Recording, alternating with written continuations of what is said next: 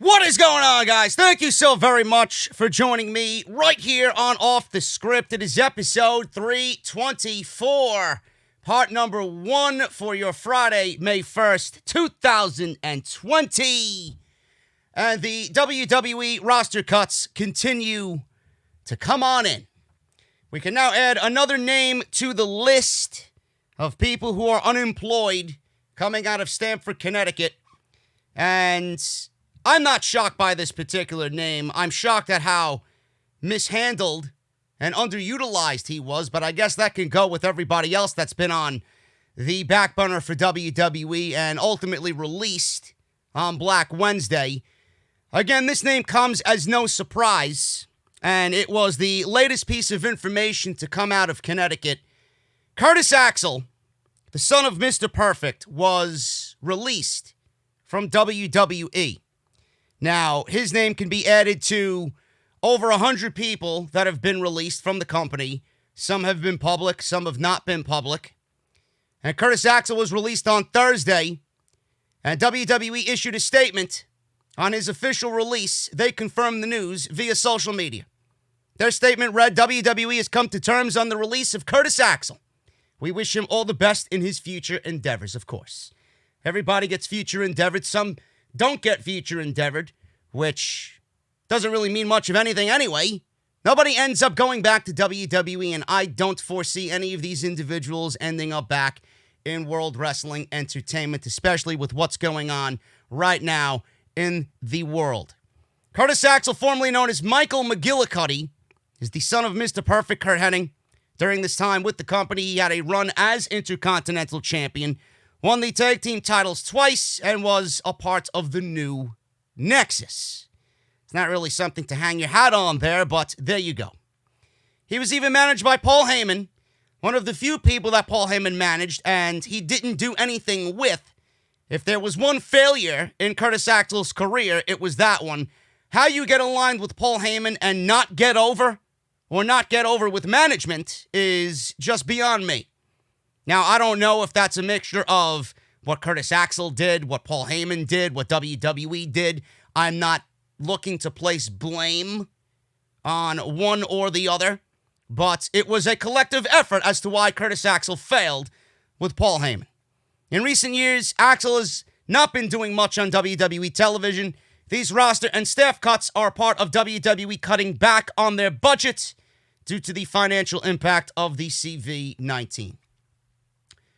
I wanted to start the show off with this and go right into this right away, because if there's one thing that I hate in the world of pro wrestling, it is the underutilization of a talent that we know has not been given a fair opportunity to succeed.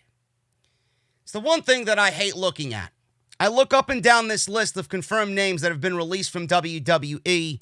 Drake Maverick, Kurt Hawkins, Carl Anderson, Luke Gallows, Heath Slater, Eric Young, EC3, Leo Rush. I can go on and on. I got the whole list right in front of me. A couple of names pop up there that you look at and think, man, he didn't do much of anything in WWE, or she didn't do much of anything in WWE. Why were they even employed? Why were they even employed with the company? EC3 is the name that pops off that list right away. I think everybody, even if you don't like him, I think everybody wants to see him succeed more so than anybody else on that list. And I think you can actually add Curtis Axel to that list right under EC3 now, as far as people who we want to see succeed away from the WWE. Mr. Perfect is one of my favorite wrestlers of all time. Of all time. I mean, all you have to do is go back and watch any promo by Mr. Perfect. All you have to do is go back and watch the 1993 King of the Ring with Bret the Hitman Hart, or the 1991 SummerSlam with Bret the Hitman Hart for the Intercontinental Championship. The King of the Ring match was probably my favorite Mr. Perfect match of all time. Probably one of the best matches in WWE history. That semifinal match in the 93 King of the Ring. King of the Ring in which Bret Hart won. One of the greatest nights in the history of the company. How you have the son of Mr. Perfect and you just let him waste away. And then I obviously tweeted out, how do you fuck up the son of Mr. Perfect? How do you release the son of Mr. Perfect? I am not sitting here advocating that I was a huge fan of Curtis Axel. I am not going to sit here and sugarcoat the fact that I am a fan of his. I'm not someone that's going to go out there and buy his t-shirts. I'm not going to sit there with signs supporting Michael McGillicuddy and Curtis Axel, right? I'm not going to be doing that. Nowhere near it. Not going to sit here and advocate that I was the biggest fucking fan of Curtis Axel on social media. But what I am a fan of is the family legacy. That's what I'm a fan of. I'm a fan of the family legacy. I hate the fact that they took the fucking family legacy and let it down. I hate the fucking fact that they took the family legacy and didn't make one of their greatest all-time performers proud. You think he's looking down on his son and looking at the company and pleased with what they did with him? I mean, give me a break. If there's one guy on that list that I want to see succeed now more than EC3, it's Curtis fucking Axel. How you take the son of Mr. Perfect with the genetics, with the fucking wrestling background, with the lineage in that family, and not do anything with them? And then people are telling me on social media because I tweeted it out like I said, how do you know he was even good? Do you realize that he was never given an opportunity? He held the Intercontinental Championship in what was a petty Intercontinental Championship run because I believe he won it on the same day his father won the Intercontinental Championship. So what did they really do? Did they try to honor the legacy of Mr. Perfect or create a new legacy through his son? It was a feel-good moment. I was watching that pay-per-view live as it happened. I believe it might have been a Money in the Bank pay-per-view. But they let him down. Absolutely let him down. They had him in a fucking tag team with Bo Dallas, and they pretty much diminished everything as far as his image goes by labeling them the B team. Both of those guys just completely ruined and thrown to the wayside. How Bo Dallas is still employed, I have no fucking idea. I don't know how you could look at Bo Dallas and then look at Bray Wyatt and then not find anything to do with Bo Dallas. Same thing I'm talking about here with Curtis Axel. I mean, you got two fucking men in Curtis Axel and Bo Dallas, and you look at their fathers, and it's just bizarre to me that there was absolutely no effort in trying to build a new legacy and recreate something that could be looked at as proud, knowing who their fathers are. Bo Dallas's father is IRS. Now, you look at IRS, he's not going to be one of those guys that you look at and, oh my God, he's not going to be a blowaway guy. The gimmick was cheesy. It was for the time, but I'm not taking anything away from what that man did in the ring. I mean, how can't you sit there and like IRS mixed with the $1 Million Man comprised of Money Incorporated? You know? You're looking at that tag team and you're like, these guys look fucking ridiculous, but Jesus Christ, this is genius. Absolutely genius. Now, it goes to show how WWE has just no get up and go. They have no creative juices. They have no creative, direction anymore. Unless you're Charlotte Flair, who's the daughter of Ric Flair, forget about it. Nobody's going to do anything with you, right? If you don't have a lineage and a family background like that, forget about it. They didn't do anything with Cody. They didn't do anything with Curtis Axel. They didn't do anything with Bo Dallas. They didn't do anything with Ted DiBiase Jr. They let everybody down. They let everybody down. How you look at now, I'm not saying that everybody born from those family backgrounds and those family lineages should have the same charisma and the same makeup as their fathers. But, I mean, Jesus Christ, if you can't take the sons and daughters of these particular legends and make anything out of them, why are you even in the fucking business as a creative writer? It makes me think, it really makes me think that when you look at Vince and how he operates, if he didn't like someone like IRS, or he didn't like somebody like Mr. Perfect, or he didn't like, Dusty Rhodes for whatever reason, and that might be the case, he's going to take it out on their sons. He's going to take it out on their sons because that's what he does. He didn't like them for whatever reason. He held grudges against them in the past for whatever reason. What's the best way to get back at anybody that you don't like, that you can't really harm anymore? Take it out on their sons. Cody was a failure in WWE. A fucking failure. Now look at him. Can you ever look back at Cody Rhodes compared to what he's doing now? Man, did Vince drop the ball. Could you look back at Ted DiBiase Jr.? Yes, he was not the $1 Million Man, but WWE let him down. They went right with the same gimmick that worked with the $1 Million Man and tried it with his son. Instead of trying something different, coming up with something new, they let him down. They let him fail using his father's gimmick, which had to hurt double as much. Look at what Curtis Axel did in WWE, the B team. When you look at Mr. Perfect, did anything come off as far as Mr. Perfect goes at B level? Absolutely nowhere on this planet was Mr. Perfect anything but A level. A level. Give me a break. An IRS. Look at his son, Bo Dallas. What a shitty fucking gimmick they straddled him with in NXT. Yeah, he was NXT champion down there, but when he made the main roster, the guy was instant jobber status. They didn't even try to do anything with him upon calling him up.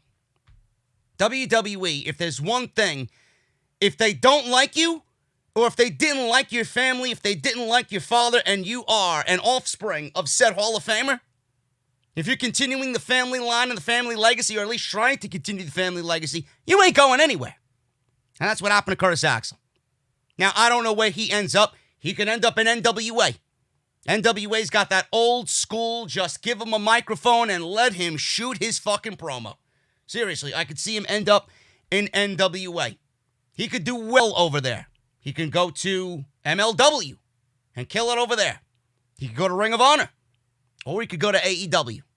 Because AEW is a throwback on the old school. AEW is a home where they appreciate the old school.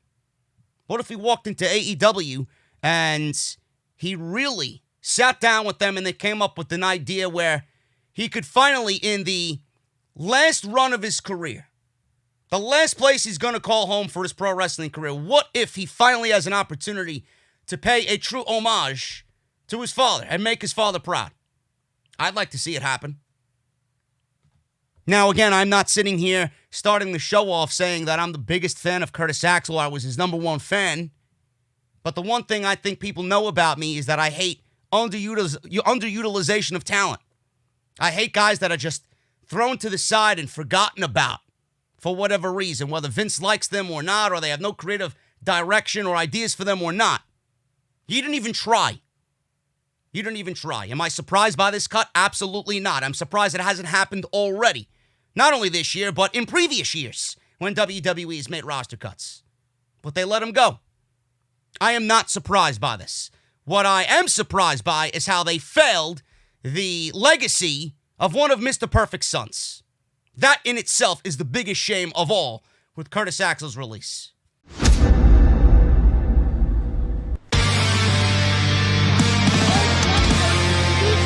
Delete! This is mine.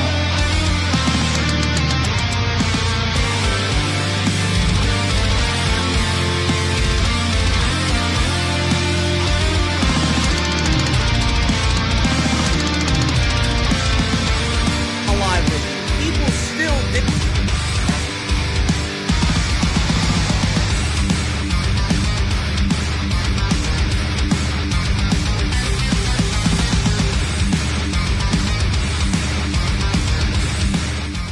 Again, thank you guys so much for joining me on the podcast, man. It is Friday, May 1st, 2020, episode 324 of Off the Script.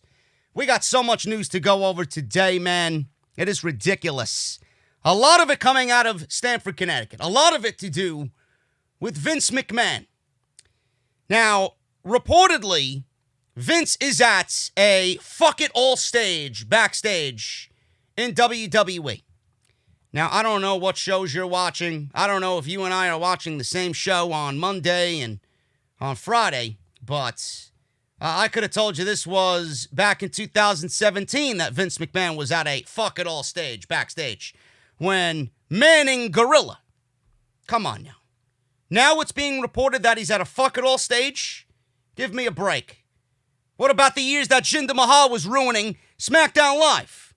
What about Brock Lesnar winning Money in the Bank in a match that he wasn't even advertised for? That's fuck it all stage, bro.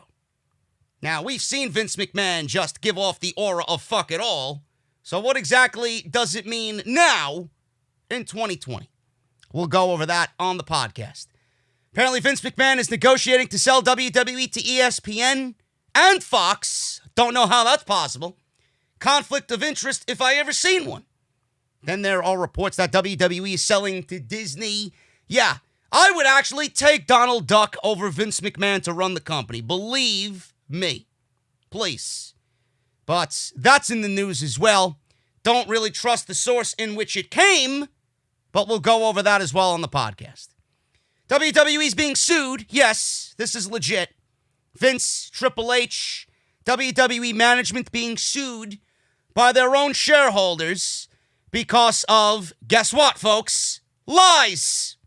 They acted without the best interest of the shareholders in mind. Really now?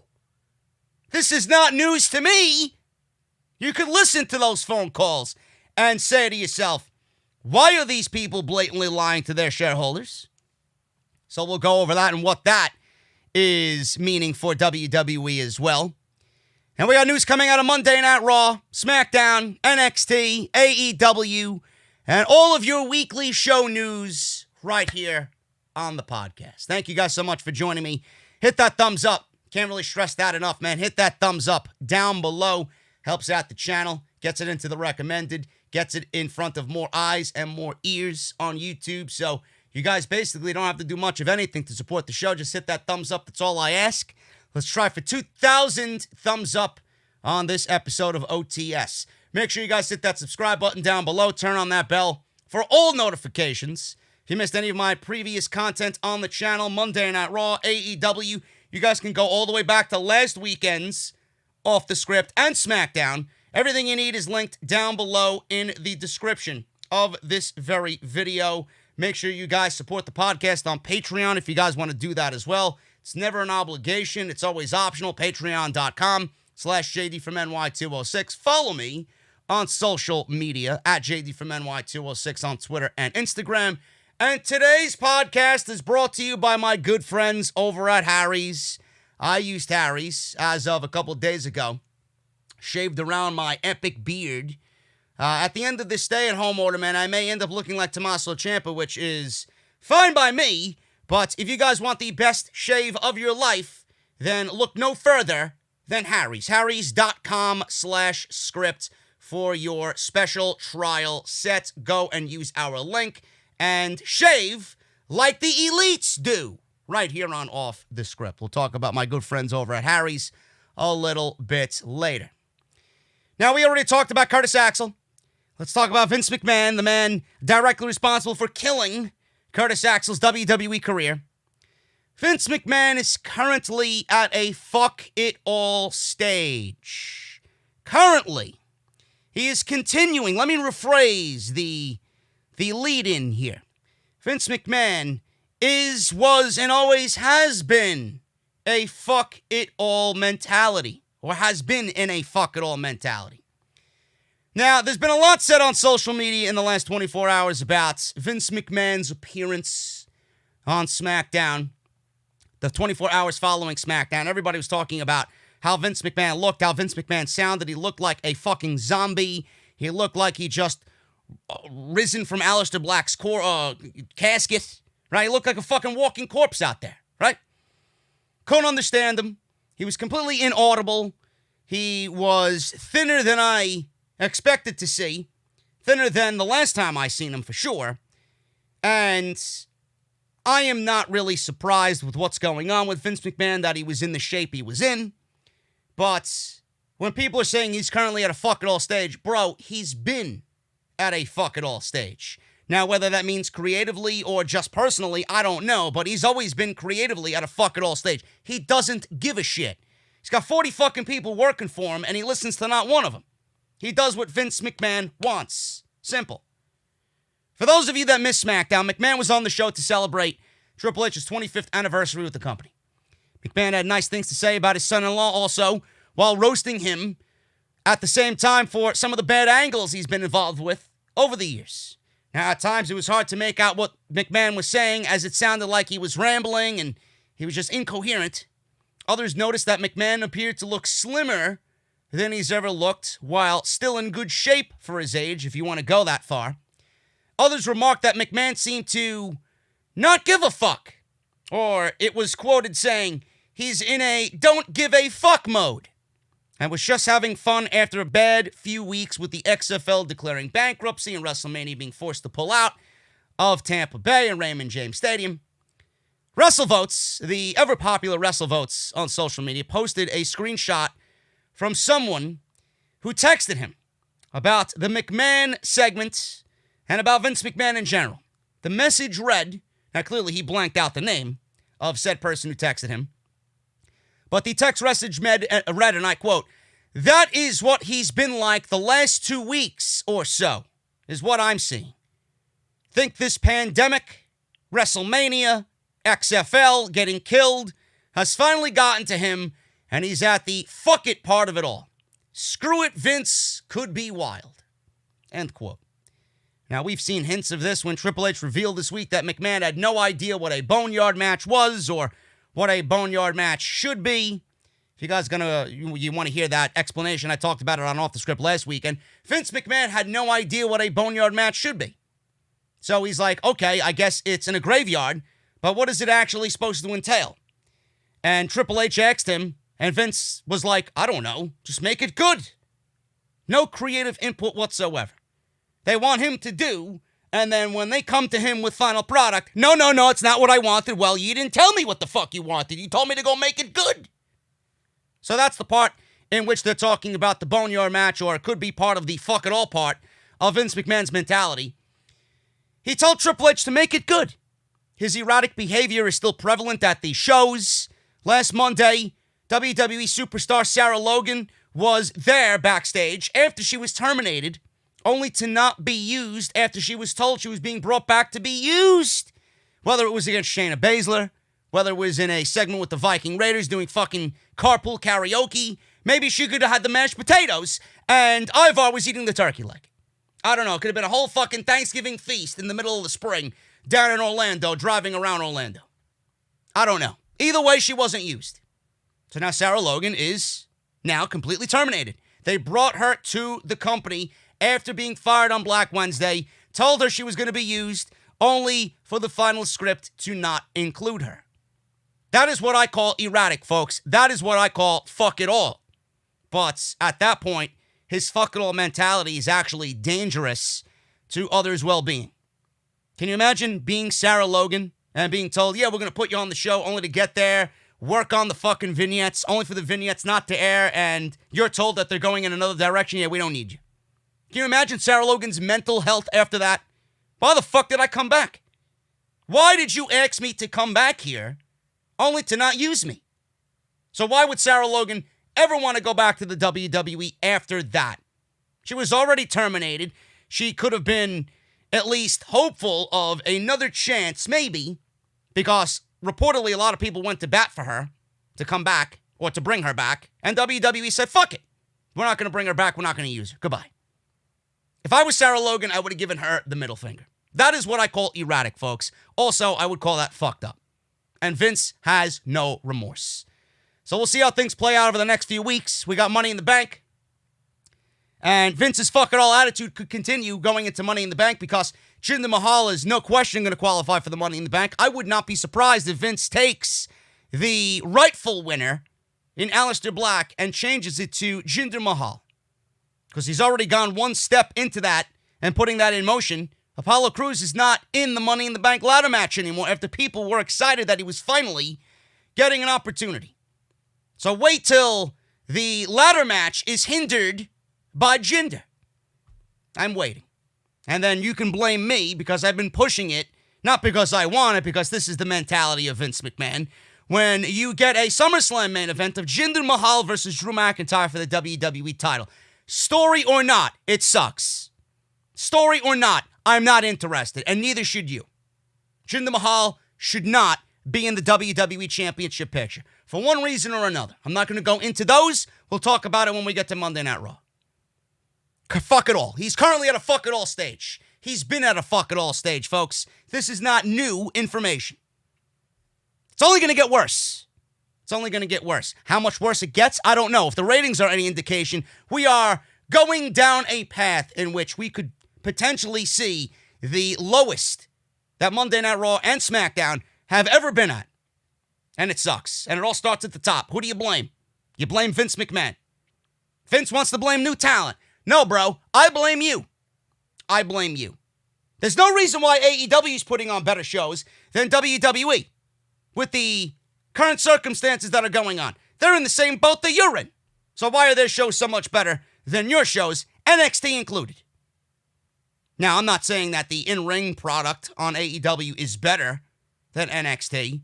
I enjoyed several matches over the last several weeks in NXT. I'm loving the stories that they got going on with NXT, but there's an obvious difference in AEW Dynamite and what we see on Monday and Friday. And the obvious difference is people that care on one side and people that don't care on the other.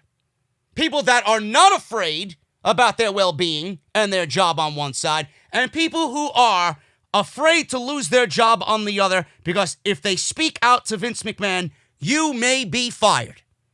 Your position may be gone from TV, you might not be featured anymore, etc., etc. There's a ton of stuff that we can go over about why AEW right now is being portrayed better than WWE. WWE didn't try. They didn't try. They're acting as if there are invisible fans in the arena. Meanwhile, AEW has used their environment and their surroundings to their utmost ability, making sure the shows have ambiance and sound and some life to them. Meanwhile, WWE is operating as if, oh, nobody's better than us. We gotta act like an essential business. Nobody's having fun over there. This is what WWE is all about, folks. They love to suck the fun out of everything. And it starts at the top. This is why you get Vince McMahon's fuck it all attitude. Could Vince McMahon's fuck it all attitude lead to fun? I doubt it. I know you're thinking that. Well, JD, if he's at a fuck it all attitude, could we see a little bit more risque WWE? Could we see WWE take some more chances? No, that's not the case. That's not the case. The fuck it all attitude by Vince McMahon is reckless. It is a reckless attitude that will not have any logic or thinking behind it. So you got to look out for that. You got to be careful for that. So Vince McMahon's fuck it all attitude, folks, it's been around. It's been a thing. It's nothing new. So I don't know why this is currently in the news, but Vince McMahon is going to be the number one source for why WWE television going on into the summer continues to decline and decline and decline. And the fuck it all attitude, I have a feeling, will be blamed on Drew McIntyre. If there's anything on these shows, especially coming out of Monday, that will be blamed, it will be Drew McIntyre. That's what I'm afraid of. Monday Night Raw ratings are at the lowest they've ever been. You think Vince is going to blame himself and his team? Or is he going to blame the talent? Watch what he does to change Monday Night Raw. Starts at the top, folks. It starts at the top. WWE Champion, ratings are low. What's going on? I'm going to take the title, hot shot it on somebody. We're going to get people talking again. Watch him put the fucking title on Jinder. Watch. This is what I am expecting. And you want a big fuck it all mentality? You can't get any bigger than fuck it all than that scenario right there. Vince McMahon reportedly negotiating to sell WWE to ESPN and Fox. I didn't believe this story then. I don't believe this story now. Now, I'm not going to spend too much time on this because seeing who it's coming from and seeing the source of this information, I don't know why we should believe said source. Now, reports suggest his mindset right now is fuck it all. And one WWE source even nicknamed him Screw It Vince. Screw It Vince. It's hard to blame the boss for feeling the way he does, though, because his world is pretty much crumbling down around him, but that doesn't mean he's got to take it out on WWE. The uncertainty of the CV-19 pandemic, filing for bankruptcy over the XFL, seeing WrestleMania plans ruined, that would have taken a toll on anybody. Not just Vince McMahon, anybody. So what if fuck it all Vince, and what does that mean for the WWE future? It's unclear. Nobody knows. But one massive rumor suggests that he's ready to pack it up and go home. Dirty Dutch Mantel, Zeb Coulter. You know Zeb Coulter in WWE tweeted out, or formerly of WWE, tweeted out that he's heard directly out of Stamford that McMahon is negotiating to sell the company to ESPN and Fox Sports. Now, I don't know how that's even possible. Why would Vince sell the WWE to ESPN and Fox? Why would either one of these companies go hand in hand on owning the WWE? I don't understand that logic. Just by that, I knew this story was complete bullshit. Now, if you're ESPN, why the fuck do you want Fox negotiating on the same deal, or why do you want to share WWE ownership in totality with fucking Fox Sports? If you're Fox Sports, you're thinking the same way. I don't want ESPN coming in on our deal. So right then and there, I knew this was bullshit. Dirty Dutch Mantel on social media says this, and I quote, "Huge news. Is there any truth to this? Overheard directly out of WWE Stamford that a deal is being negotiated to sell WWE and the network to ESPN and Fox by as early as mid-May." And then he added Matt Coon music. Now, I'm not familiar with Matt Coon's work, but there you have it. Now, until this is reported as fact by someone with far more credibility than Dirty Dutch Mantel, it's important to treat this as nothing more than a rumor. Letting you guys know right now. But it's certainly an interesting take for the WWE. There have been previous suggestions that McMahon would be ready to sell off a certain number of WWE assets to TV networks, but not the whole company. McMahon could sell up WWE, but it's also tough to imagine a smooth deal when selling to ESPN and Fox Sports. Now, yes, SmackDown airs on Fox, but ESPN doesn't have any live WWE programming. With Raw on the USA Network, how it would work is very unclear. Now, there are certainly a lot of questions that would need answering before any deal like this could happen. But with McMahon apparently in fuck-it-all mode, it would be interesting to see if anything as crazy as this unfolds in the coming weeks and months in World Wrestling Entertainment. Now, I talked about this briefly on Wednesday with Ticket Drew, and I don't really have any, I don't have any new news on this. I don't have any new information on this.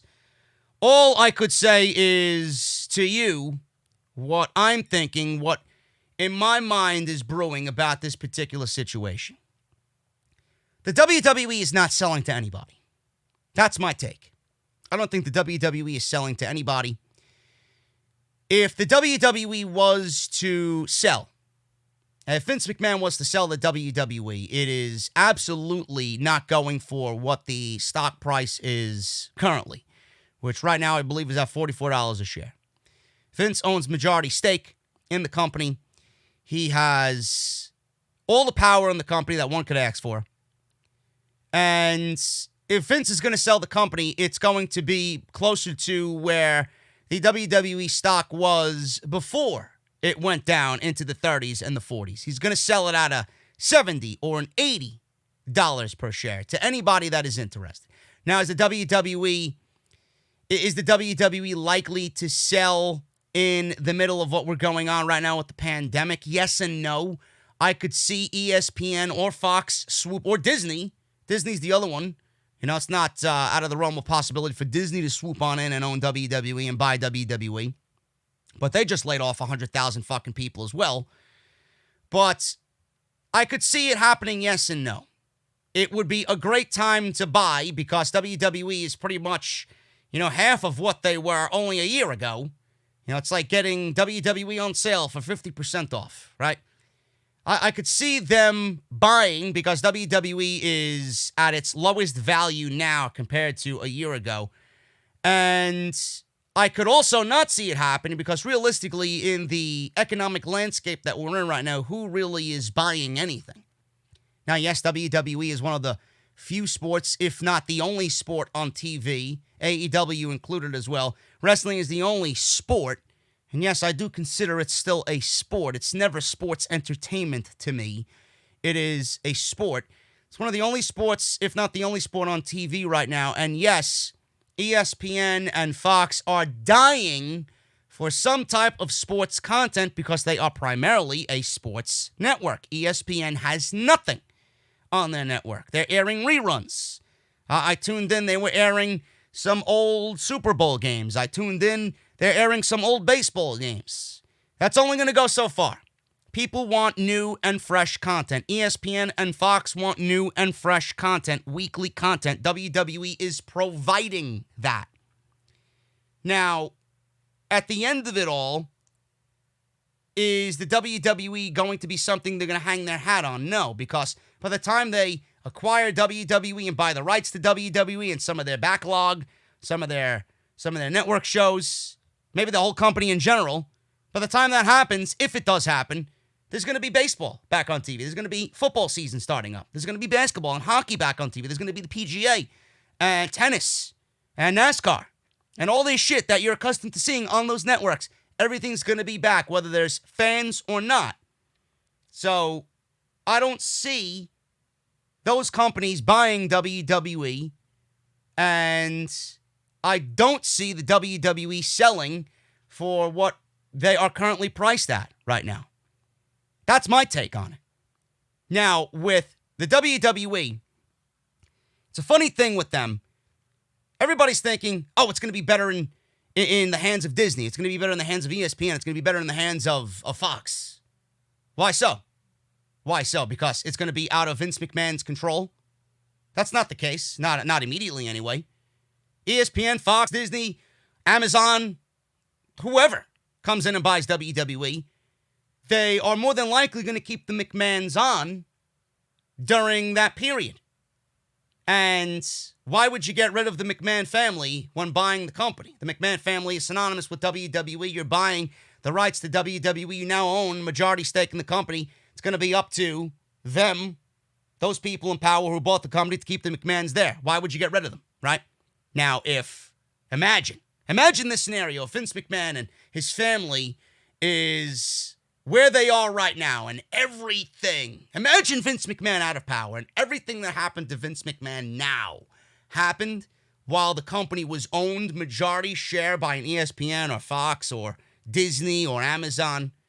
You think Vince McMahon would ever put himself in a situation where he himself, someone who fucking hates the fact that someone sneezes, he hates when someone sneezes around him, he hates it himself when he sneezes because he can't control it. You'd think that someone like this and the mentality of someone like Vince McMahon is ever going to put the power in someone else's hands about the company or with the company to a point where he could lose his position and spot and all of his power? Imagine if whatever happened to Vince now happened with someone else in control. Vince would be gone in the blink of an eye.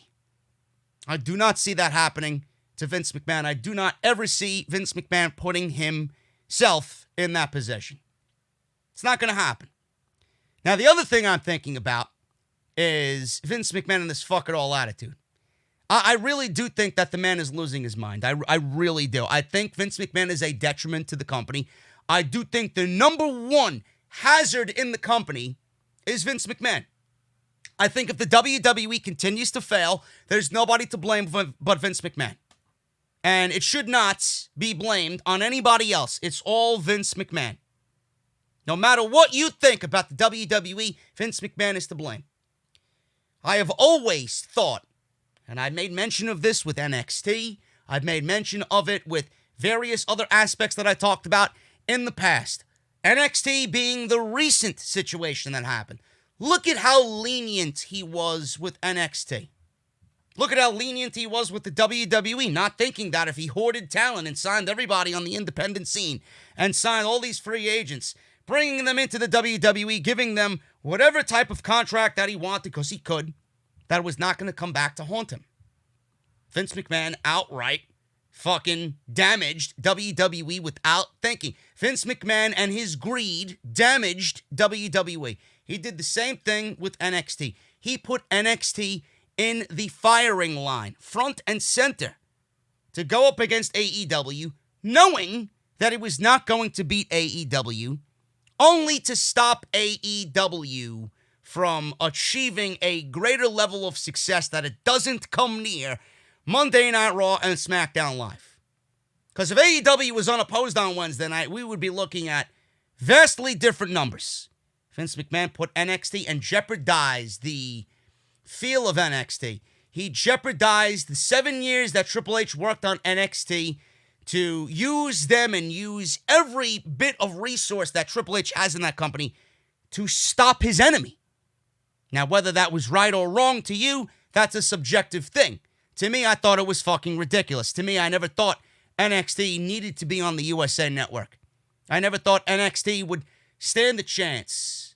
I'm not saying that it's not as good or better than AEW. I honestly think NXT is the best wrestling show in North America. Some of you don't think that. Some of you think that NXT sucks. And you're very welcome to that opinion. But Vince McMahon risked the integrity of NXT to battle AEW.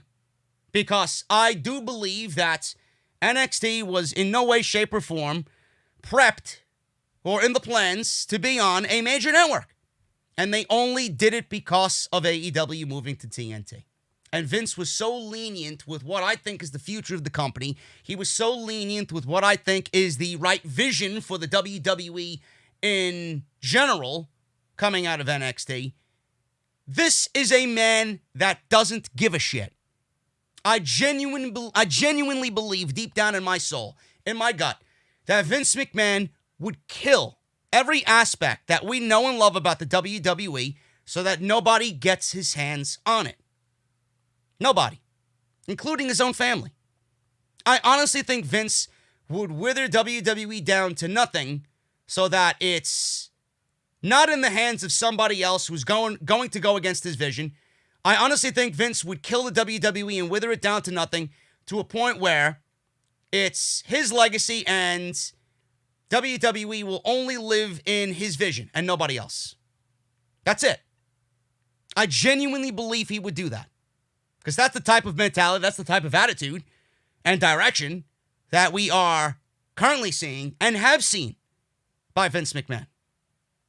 And also, as far as Vince selling the company, Vince selling the company at what it is now, he wouldn't do that because it's almost risking his legacy. He's pretty much admitting defeat at that point. So no matter what the company is looking at share-wise now, Vince is not going to sell at that because it's a damaging aspect to his legacy and what he's built up, and pretty much admitting that the WWE is not worth and was never worth what they were at $100 per share. That's my take on Vince McMahon negotiating to sell WWE to ESPN and Fox. I don't think it's happening. I don't foresee it happening. The only thing I do see happening is that the network is going to be like a Netflix where everything is going to be on there. You're going to have your documentaries. You're going to have your takeovers.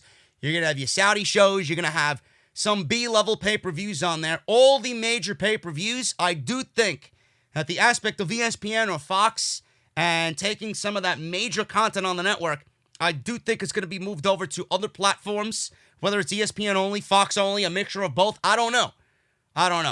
But I do think those major pay-per-views are going to be sold at top value, at top dollar. We're going to have to order a pay-per-view like a WrestleMania and a SummerSlam and a Royal Rumble at $70 a pop. I do think that's coming. It's not happening now, but I do see that happening moving on into the rest of the year when things slowly start to get better and the economic states that we're in right now starts to normalize. I do see WWE going in that route. Selling the WWE, I don't see happening. I don't see it happening. I don't see it out of the hands of the McMahon family. Now, what is out of Vince McMahon's hands right now is the lawsuit that is coming to not only Vince, Triple H, but all of WWE upper management. The lawsuit continues for WWE, but also every one of their top executives. WWE shareholders Ryan Merholz and Melvin Klein filed a lawsuit against WWE back on April 24th, which alleges that top executives acted without the best interests of the shareholders in mind. Oh, really? Imagine that. Are we surprised by this, folks? I am not surprised by this whatsoever. Those listed in the lawsuit include Vince McMahon, Stephanie McMahon, Paul Levesque, Frank Riddick III, George Barrios, who's no longer there. He was terminated by Vince McMahon. Stuart Goldfarb, Jeffrey Speed, Laureen Ong, Robin Peterson, Manjit Singh. I'm sorry. I didn't see Singh. It's Manjit Singh. And Alan Wexler. Alan Wexler. Per the lawsuit, the shareholders feel that WWE wasted corporate assets, failed to disclose adverse facts, misled the investing public, made false statements, permitted senior executives of WWE to sell more than $282 million worth of their personal stock, of company stock at inflated prices, and more. It was also noted in the lawsuit that WWE executives sold stock before issues and delayed deals with Saudi Arabia were made public. This is about the Saudi government having an outstanding payment that ranges from $60 million to as much as $500 million that was due to the WWE. Now, I don't know where the $500 million came from. How many shows have we been dealing with here? What do they get, $40 million a pop? I don't think what WWE has done in Saudi Arabia equals $500 million. Now, I don't know if WWE was paid outright the $500 million or they were being paid per show, but the totality of the deal with Saudi Arabia more than likely is $500 million plus. So I don't know where the $500 million comes from, but I do see WWE getting anywhere between $40, $50, $60 million per show. Due to superstars getting held up in Saudi Arabia as well was also an issue. SmackDown wound up being booked on the fly and featured mostly NXT superstars in what was the best SmackDown of the current era right now.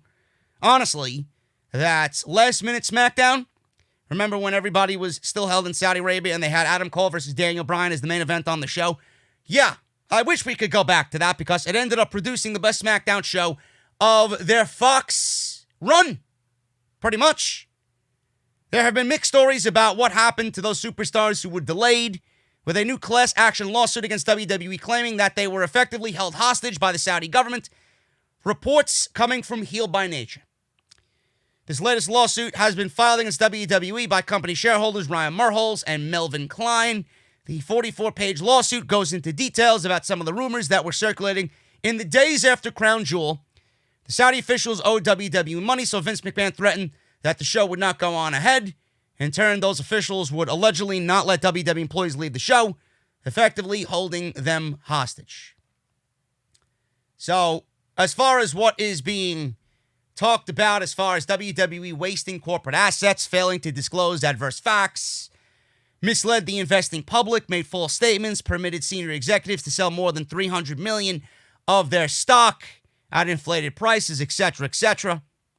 That's something that I really don't have knowledge in or about, but I did see that when the XFL went bankrupt, and I know for a fact that Vince A either didn't say anything about it or B lied to everybody, making mention of it, but lied. He said to everybody, plain as day, on the not the last conference call, the one before that, before the XFL got started up, that we would be looking at the XFL going into business being funded outside the WWE. That none of WWE's assets were going to be funding the XFL. Yet we looked on the statement or the files, on the documents, that when the XFL went bankrupt, 25% of the XFL was being funded by the WWE. Now, Vince, again, is a notorious liar, but eventually we all knew then that it was going to have to come to light. He was going to have to explain where that money was coming from. He was going to have to explain what that means on those documents. And now that it's out in the general public, and now with this lawsuit, he's absolutely going to have to explain where that is coming from or what that number means.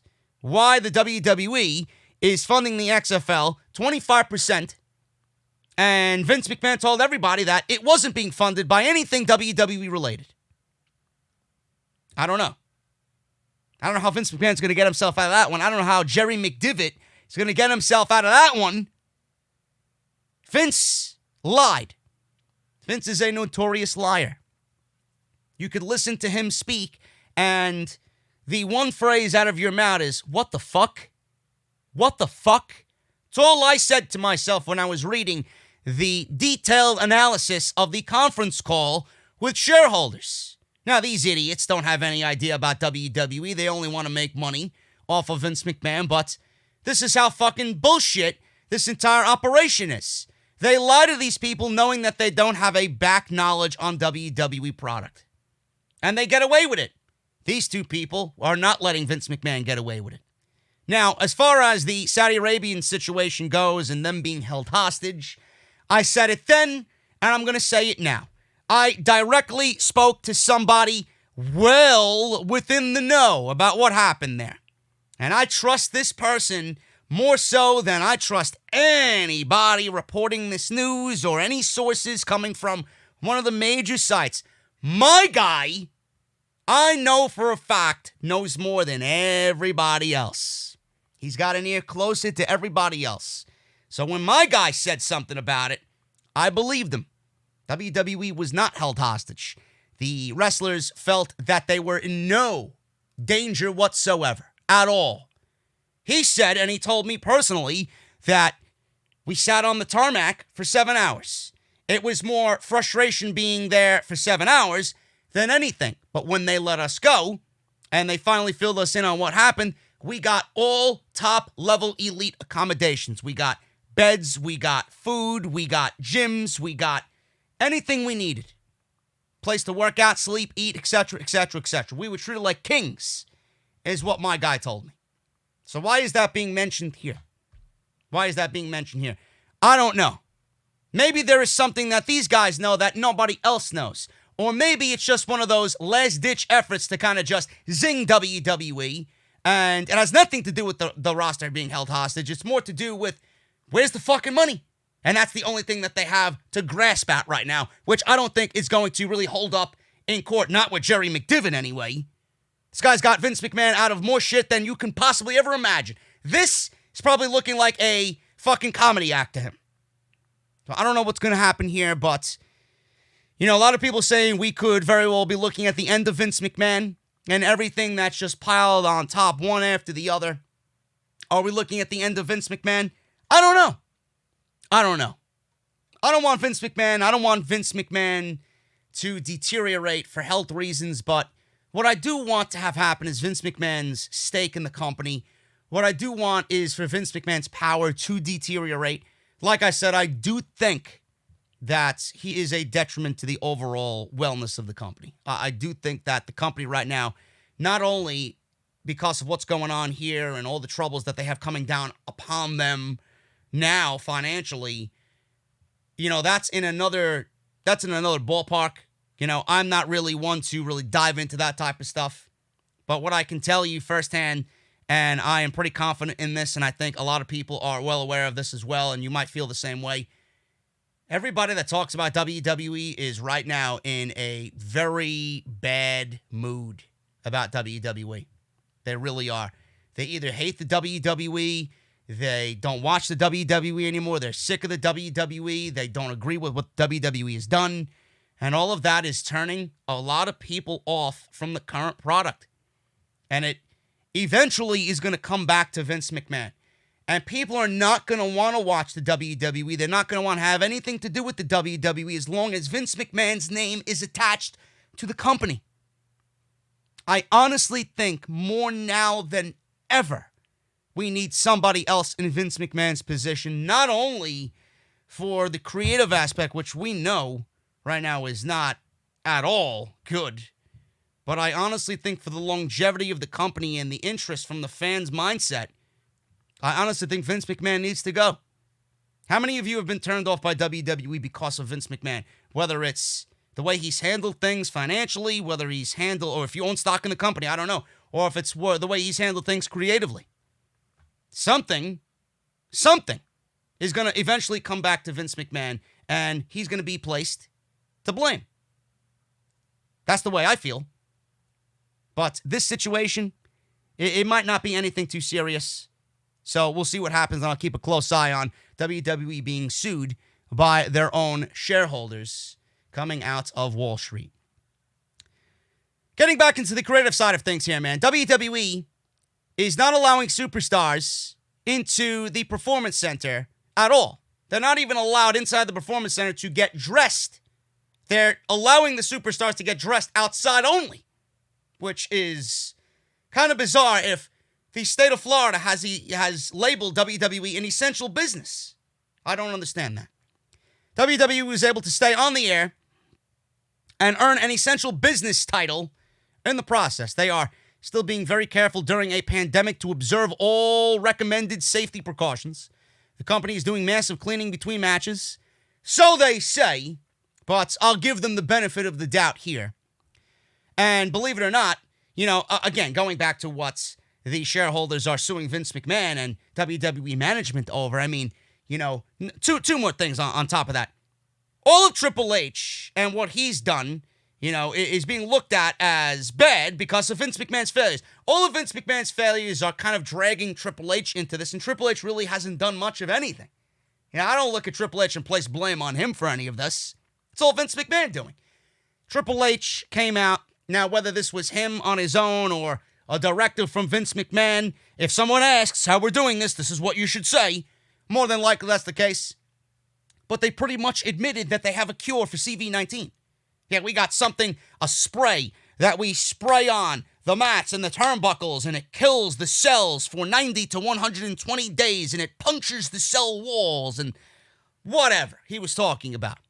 So I got something that WWE is using as well. It's called Lysol.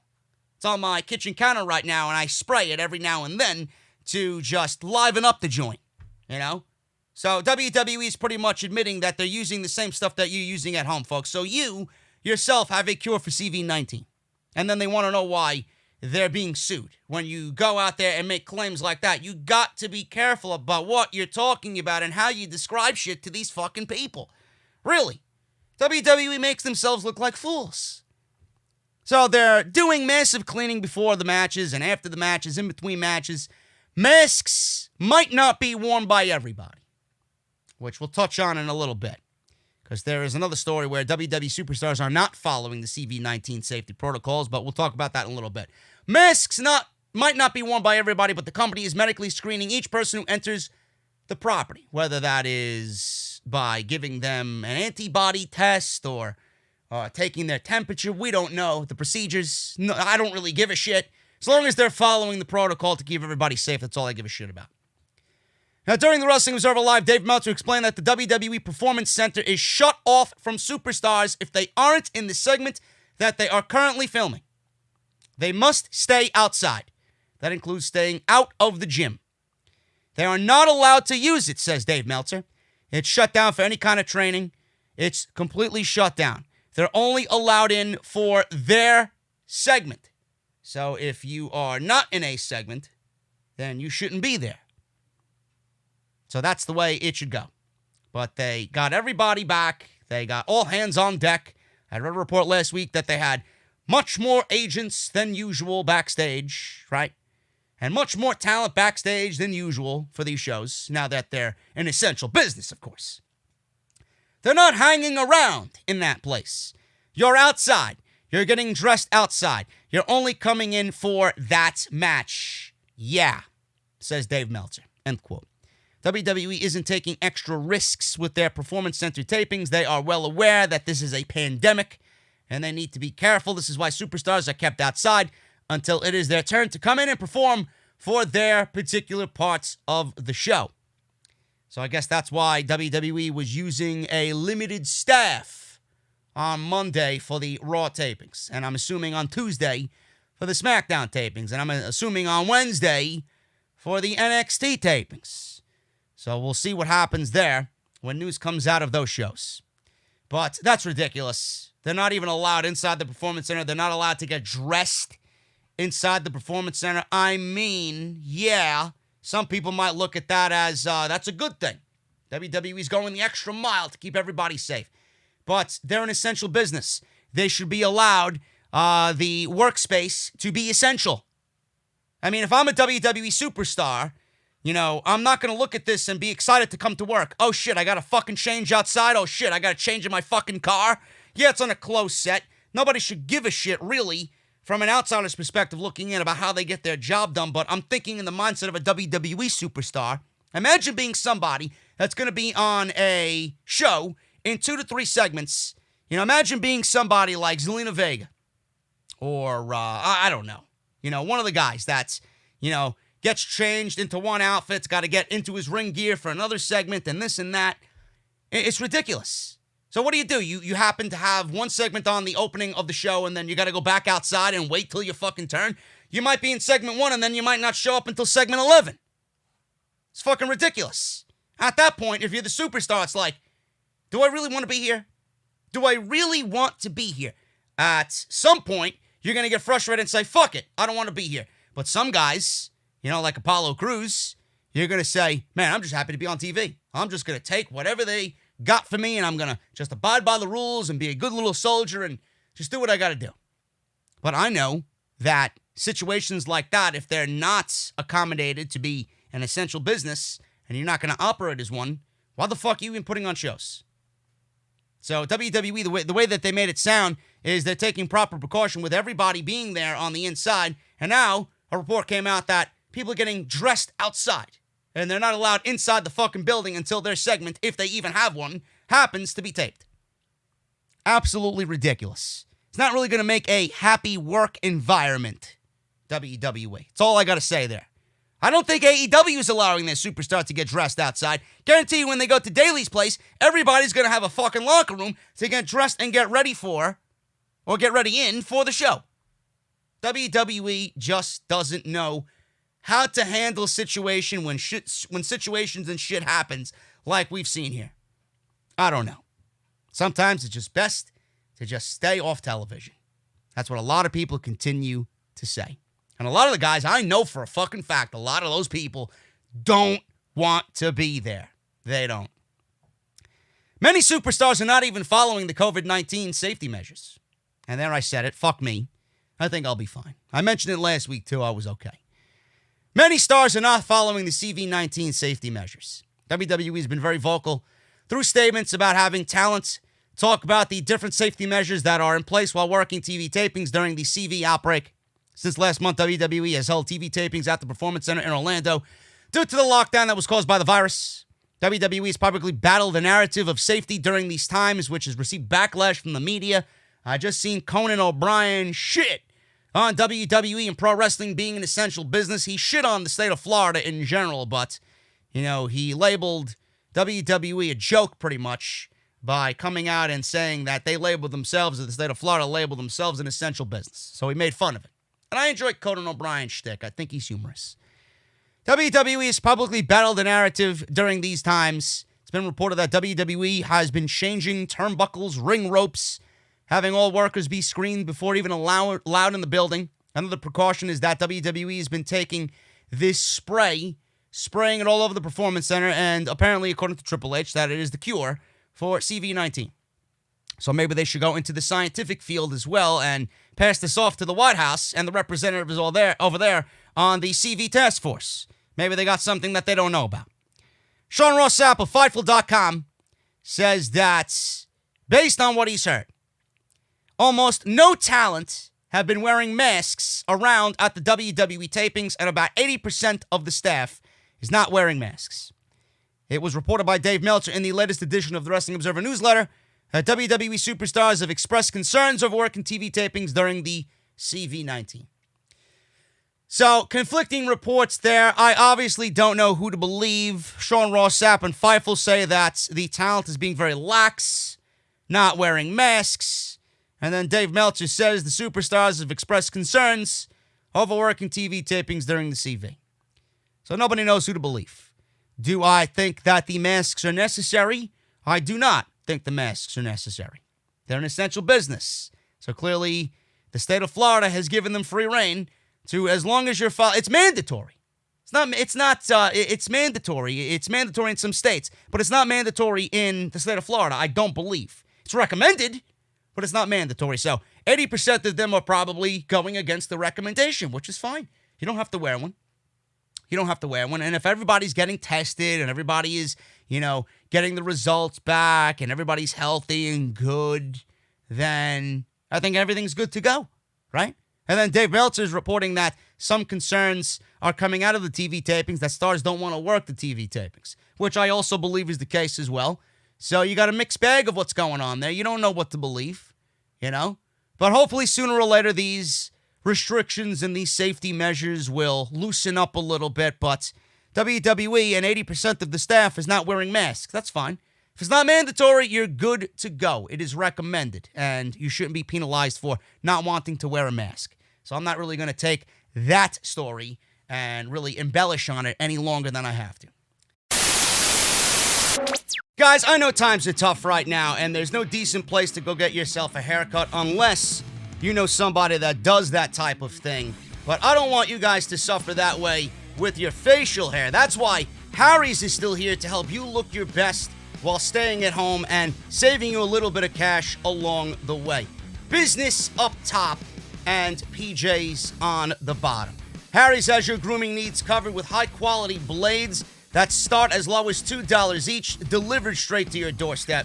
And I've been going for myself here while I'm staying at home, a Triple H and Tommaso Ciampa look. It's not at that level yet, but I'm attaining that look by using Harry's. Now, I love the fact that I've never cut myself using Harry's blade. I love the smooth glide of the blade, and I love how great their Harry's Shave Gel smells with aloe, man, for that extra moisturizing feel on your face. Get your Harry's trial set delivered to your doorstep right now by using harrys.com/script. Harry's is a return to the essential, quality, durable blades at a fair price, just $2 per blade. They've cut out the middleman, manufacturing blades in their German blade factory that's been honing precision blades for close to a century, which means you guys get incredibly high-quality blades at factory direct prices. And Harry's is also super convenient. Blade refills are delivered directly to your door on your schedule with or without a subscription. And in this challenging time, feel better about your purchase. Your money's going to good use, folks. 1% of proceeds are set aside for nonprofit organizations devoted to helping provide access to better health care for men and veterans. And to help support those who need it most right now, Harry's is donating $1 million worth of shaving supplies to hospitals across the United States. If you guys use harrys.com/script and use our unique link, you guys are going to get a weighted handle for a firm grip, 5-blade razor with a lubricating strip and a trimmer blade, rich lathering shave gel with aloe to keep your skin hydrated, and a travel blade cover to keep your razor dry and easy on the go. Guys, start shaving better today. There's no better than Harry's. harrys.com/script, and I want to thank them for being such a great friend and supporting the podcast right here on Off the Script. Thank you guys for sticking with me, as always. Get your Harry's trial set, harrys.com/script. SmackDown, moving on to the weekly shows here on OTS, episode 324. SmackDown draws its lowest viewership on Fox. This brings a smile to my face. Folks. Friday SmackDown episode, which featured Triple H's 25th anniversary celebration and aired live from the WWE Performance Center with no audience, of course, averaged a 2.005 million viewership rating on Fox, and that is according to Showbuzz Daily. The final number is down from the overnight viewership that was released on Saturday morning, which was an average of 2.014 million viewers. The number is also down 8.3% from the last week's final SmackDown viewership of 2.187 million viewers. Friday SmackDown drew a 0.5 rating in the 18 to 49 demographic, a 0.6 rating in the 25 to 54 demographic, and a 0.3 rating in the 18 to 34 demographic. Last week's episode drew a 0.7 in the 18 to 49, a 0.8 in the 25 to 54, and a 0.4 in the 18 to 34 demographics. This is the lowest viewership and rating of 2020 and the lowest since the show has moved to Fox. Monday Night Raw says, hold my beer, bro. Hold my beer. Jinder Mahal says, hold my turban, bro. Or whatever rap he's got around his head. Watch the fucking goons come at me in the comment section. It's not a turban. Why do you hate Jinder, man? Because Jinder sucks. Jinder sucks. Jinder hinders my viewing mood on Monday nights now. This is the lowest viewership for 2020. Raw says, hold my beer. SmackDown ranked number 7 in the ratings for the 18 to 49 demo on network TV this week. SmackDown tied for number 4 in the 18 to 49 demo this week with MacGyver. People still watch MacGyver? You have nothing else better to do than watch MacGyver? I mean, Braun Strowman is not more interesting than fucking MacGyver? Come on, bro. Really? Give me a break. I'm kidding, by the way. I would rather watch fucking paint dry than Braun Strowman. Blacklist and Dateline were also behind MacGyver. SmackDown ranked number 7 in the 25 to 54 demo this week. SmackDown came in at number 7 for the night in viewership on network TV behind Blue Bloods, Magnum PI, MacGyver, Blacklist, Dateline, NBC, and ABC's NFL draft coverage. Oh, but JD, the SmackDown ratings were down because of the draft. Blow me. They were trending downwards before the draft. Blue Bloods topped the night on network TV in viewership this week with 8.018 million viewers. Well, they must got some good stories over on Blue Bloods, bro. WWE and Bruce should take a fucking hint. The NFL Draft Night 2 coverage on ESPN topped the night on cable TV in the top 150 with a 1.52 rating and the 18 to 49 demographic, because WWE is certainly not as cool as the NFL. Bringing in 3.807 million viewers, the 5 on Fox topped the night on cable in viewership with 3.962 million viewers, ranking 11 on the cable top 150 with a 0.3 rating. And that is in the 18 to 49 demographic. And then I know for a fact, I put this in my notes. It's got to be crazy, man, with the Vince McMahon fuck it all story coming out. Obviously Vince is in a mood. There was a report last week where Vince was in a mood, that he was in a bad mood, so much that it was a running joke backstage. Now it's Vince is in a fuck it all mentality. Can you imagine bringing something like this to Vince McMahon? To Vince McMahon's ear, or to a, management meeting backstage before these shows are taped, and they go over the ratings. I guarantee you that nobody's bringing up the ratings to Vince, or people are afraid to talk about the ratings. Who's bringing up these numbers to Vince McMahon? And if you do, well, what is coming your way? Everybody is probably afraid to talk about the goddamn fucking ratings. And then by that, there's no semblance on how do we attack this? How do we fix this? What do we do here? How do we do this? What do we do with this guy? What do we do with her? How do we go and make this storyline better? What new storylines do we got to do? What do we got to do different to make these shows better and more entertaining, more exciting, and more interesting to the viewing audience at home? Nothing is being done. Nothing is being done. I mean, I don't know who would be interested in fucking Tamina Snuka on TV feuding with Bayley. Lacey Evans, complete garbage. Then you got Carmella and Dana Brooke in a tag team title match against Alexa Bliss and Nikki Cross.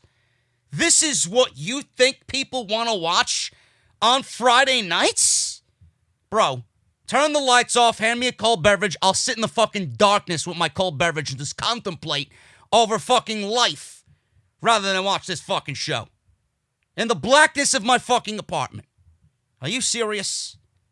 SmackDown is one of the worst shows ever in WWE.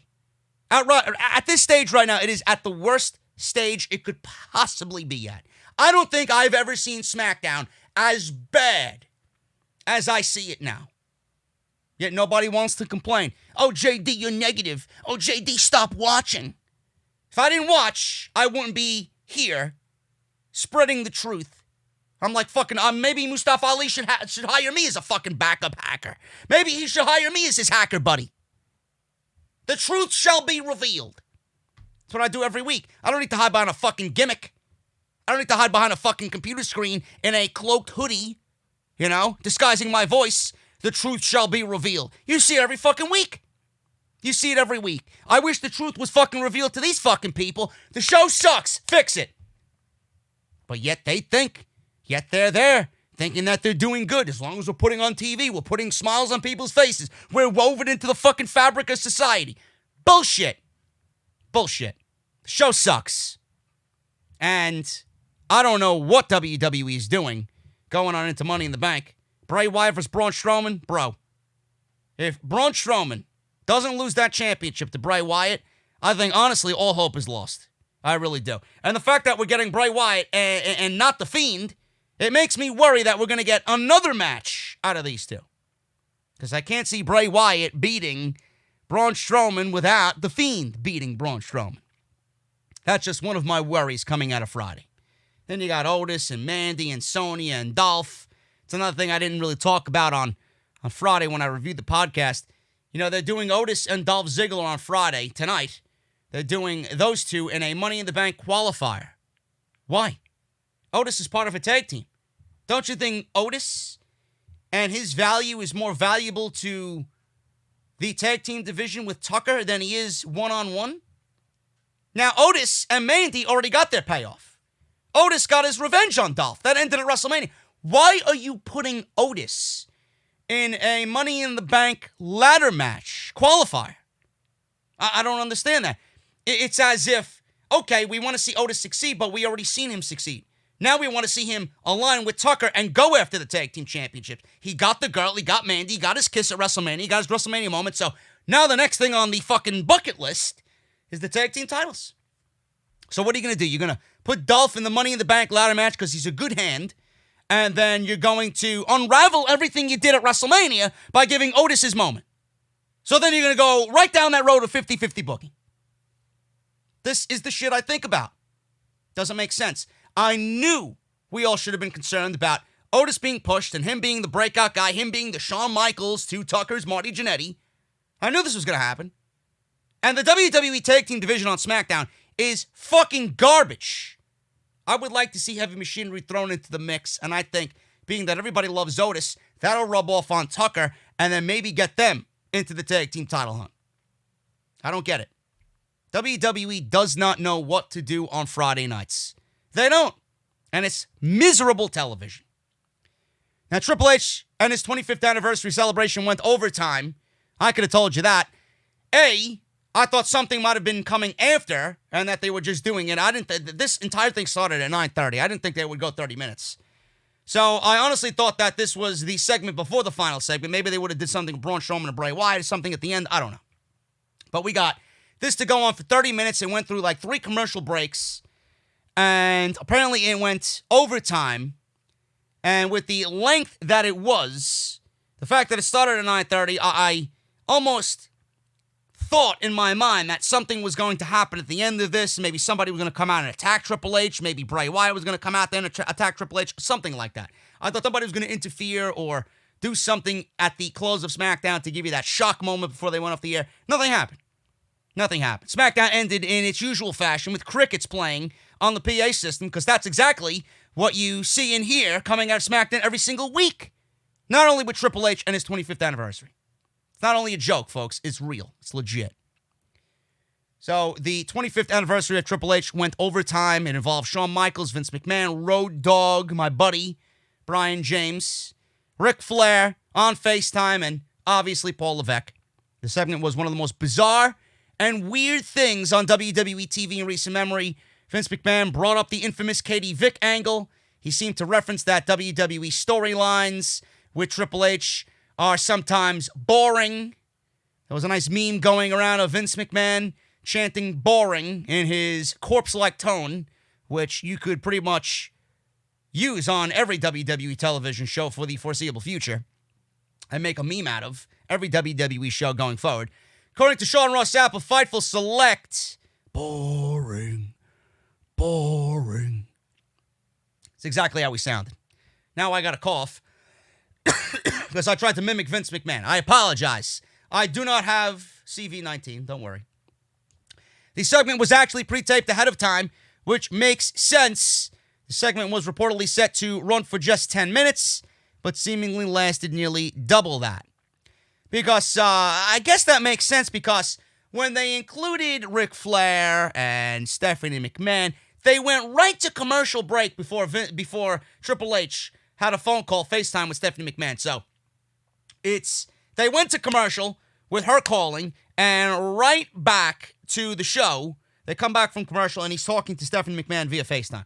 It's like, did she really sit on the phone live inside the ring with Triple H on the Performance Center on the phone and wait for the fucking commercial to end? So having Sean Ross Sapp report that it was a pre-taped segment ahead of time and they just put it into the show makes a lot of sense, and it kind of, dumbs down my worries about, what the fuck?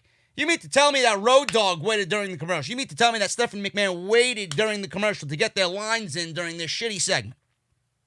So that was that. That makes sense. So I'm glad to hear that. So the segment was reportedly set to run for 10 minutes, and it lasted nearly 25 minutes. The Triple H 25th anniversary segment went way over the time allotted for the show. Fortunately, the part was pre-taped. It was originally set to go 10 minutes, but ended up going over 20 as they filmed it. So that's that. I enjoyed it. I really did. I thought these segments with Stephanie and Road Dogg and Ric Flair and Shawn Michaels, I thought Shawn Michaels was the life of the party. He sounded great. He was very humorous. I love the banter between Triple H and Shawn Michaels. You can tell it's genuine. I love that. And the Vince McMahon shit just really threw me for a loop. It was more like, what the fuck, really? I guess we got one good thing to come out of the Vince McMahon cameo. He kind of erased all blame on Bayley for the This Is Your Life segment with Alexa Bliss all those years ago. So I guess we have confirmation on that. It's not Bayley's fault. So there you go. I mentioned this on Friday's SmackDown review. Triple H, if there's one guy that needs to take over the company, one guy that I want to see take over the company after Vince McMahon goes away, whether he passes, which I don't really A, foresee, and B, want, because I'm not that type of person. But if there's one person that I want to take over the WWE, it's Triple H. I said it on Friday. I'm going to say it again in as little words as I could here. With what he's done with NXT, I've always said that NXT and the direction of NXT, the feel of NXT, the creative of NXT, the legitimacy of NXT, the realness, the intensity, the grittiness of NXT, everything that comes out of NXT should be a staple on the main roster. What you see on NXT and the vision of NXT should be the way the main roster is run. NXT is cool, the main roster is not. Seems like they have a grasp on what they need to do. Characters are developed. It is long-term storytelling. You don't see that type of stuff on the main roster. It's more week to week, day to day, minute by minute, hour by hour with these fucking people on the main roster. Triple H actually cares about stories, about talent, about how he handles his special events, takeovers. Every takeover feels like a WrestleMania. And if that is Triple H's vision, then that's the man I want in charge of WWE. Now, Triple H is a very polarizing figure. He's either loved or hated. Some of you hate him. Some of you love him. Some of you appreciate what he's done with NXT. Some of you look at it as a glorified indie promotion with WWE's massive budget. It's pretty much him sucking the indies dry and creating his own little playground of indie talent to have fun with. Whatever you think of Triple H, it is very difficult to deny what he's done there. And that's what I want to see on the main roster. So we'll see what happens moving forward. I got news on Vince McMahon and who might be taking over for him. There's already talk, and it has a lot to do with what is going on with Vince McMahon nowadays, but there are rumblings in WWE coming out of Stanford about if Vince McMahon is to go, and he steps down, or his power is decreased heavily, who would take over for WWE and run the company. So I got news on that, and I'll give you 3 letters, folks. HHH. That's the man everybody's talking about. Why? We'll go over that on Saturday's episode. Vince McMahon thinks that this NXT standout could be a future WWE main eventer. Is he talking about Adam Cole? Is he talking about Keith Lee? Is he talking about Johnny Gargano? Tommaso Ciampa? The Velveteen Dream? Matt Riddle? Damian Priest? Dominic Dijakovic? Johnny Gargano? Candice LeRae? Dakota Kai? Rhea Ripley? Folks, it's none of the above. None of the above. In the last couple of weeks, the name of Cal Bloom has been mentioned coming out of Vince McMahon's mouth.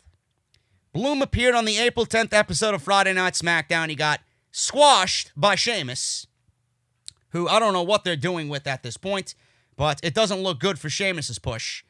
But Vince McMahon got to see Bloom in the ring for the first time and remarked that there is potential to do a lot more with him at some point. So everybody else that came through the WWE Performance Center and showed up on Raw, showed up on SmackDown, showed up on NXT, right? This is Cal Bloom's first fucking appearance on WWE TV coming out of the Performance Center. And this is the guy that Vince looked at and said, we could do a lot with this guy.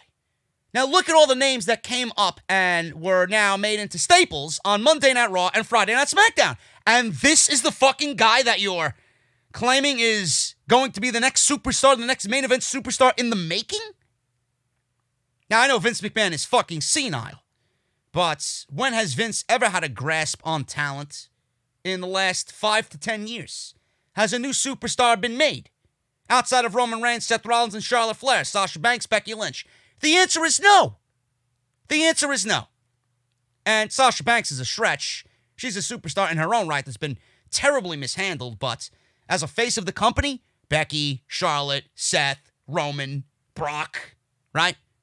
Who else is there? Who else did they legitimately take from the ground up in the last 5 years is a probably better example. In the last 5 years, called up from NXT, who in the last 5 years has been really given a treatment as, this is our guy? Who did they mold coming out of the indies into NXT and brought up to the main roster and said, this is our guy? Nobody.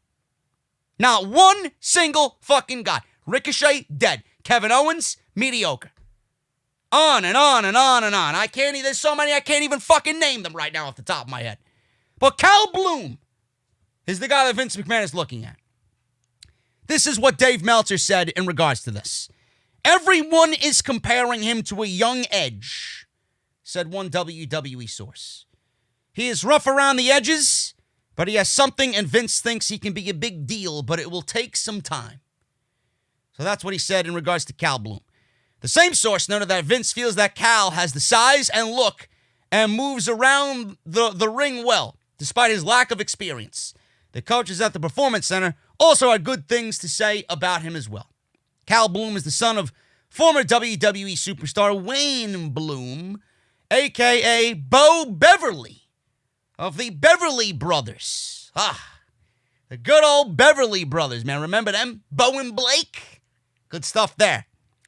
Cal played football at the University of Central Florida as a tight end for the UCF Knights. He was signed to a WWE developmental deal in March of 2019. Now, that is pretty high praise there. Everybody comparing him to a young Edge.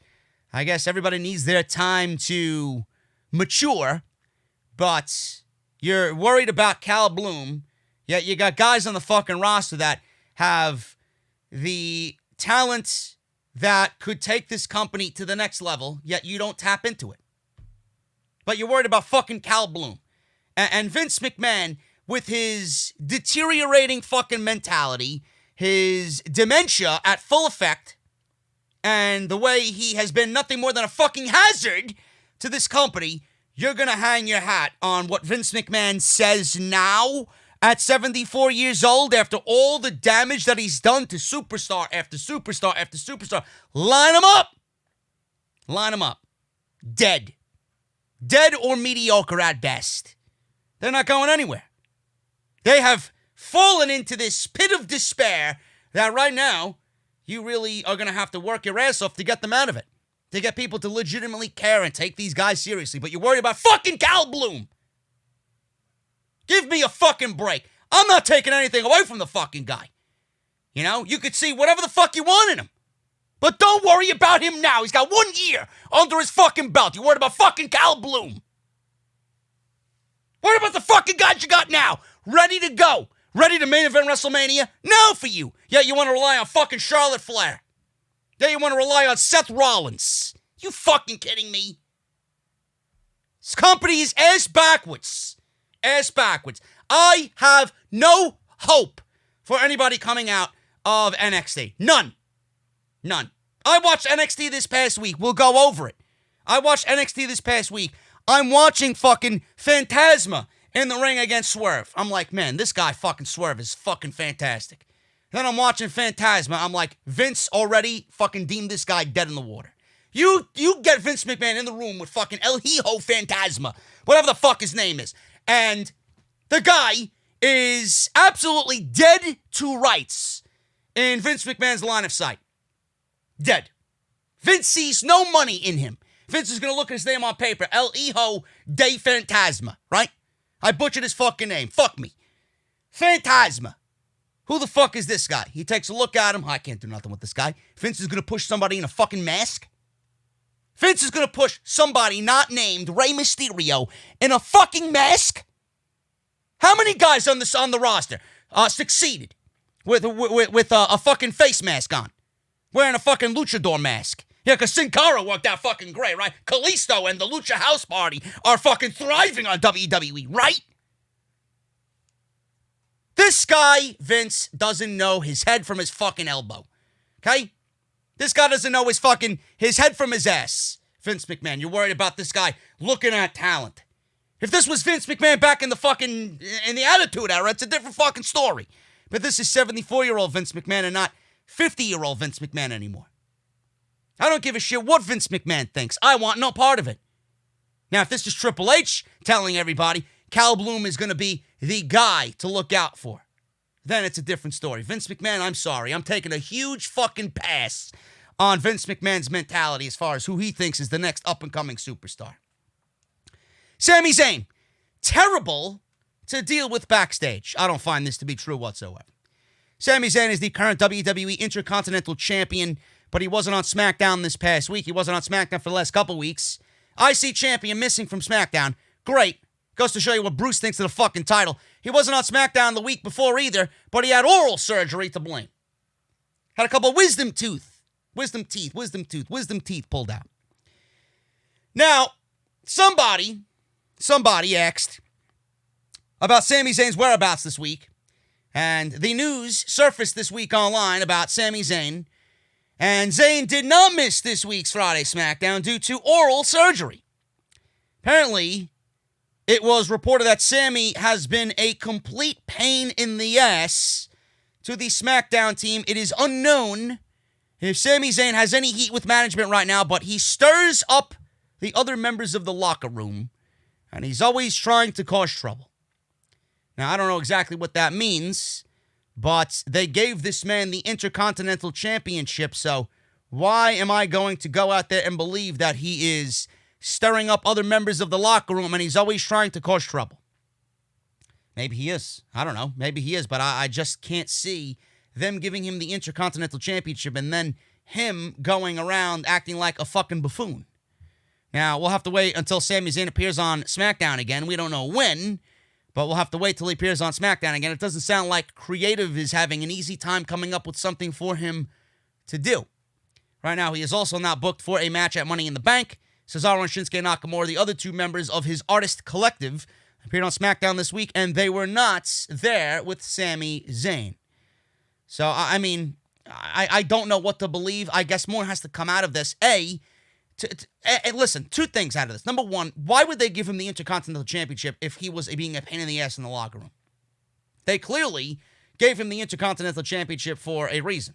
And it wasn't because Braun Strowman was in the main event of WrestleMania. Give me a fucking break. That was not decided upon until the day of.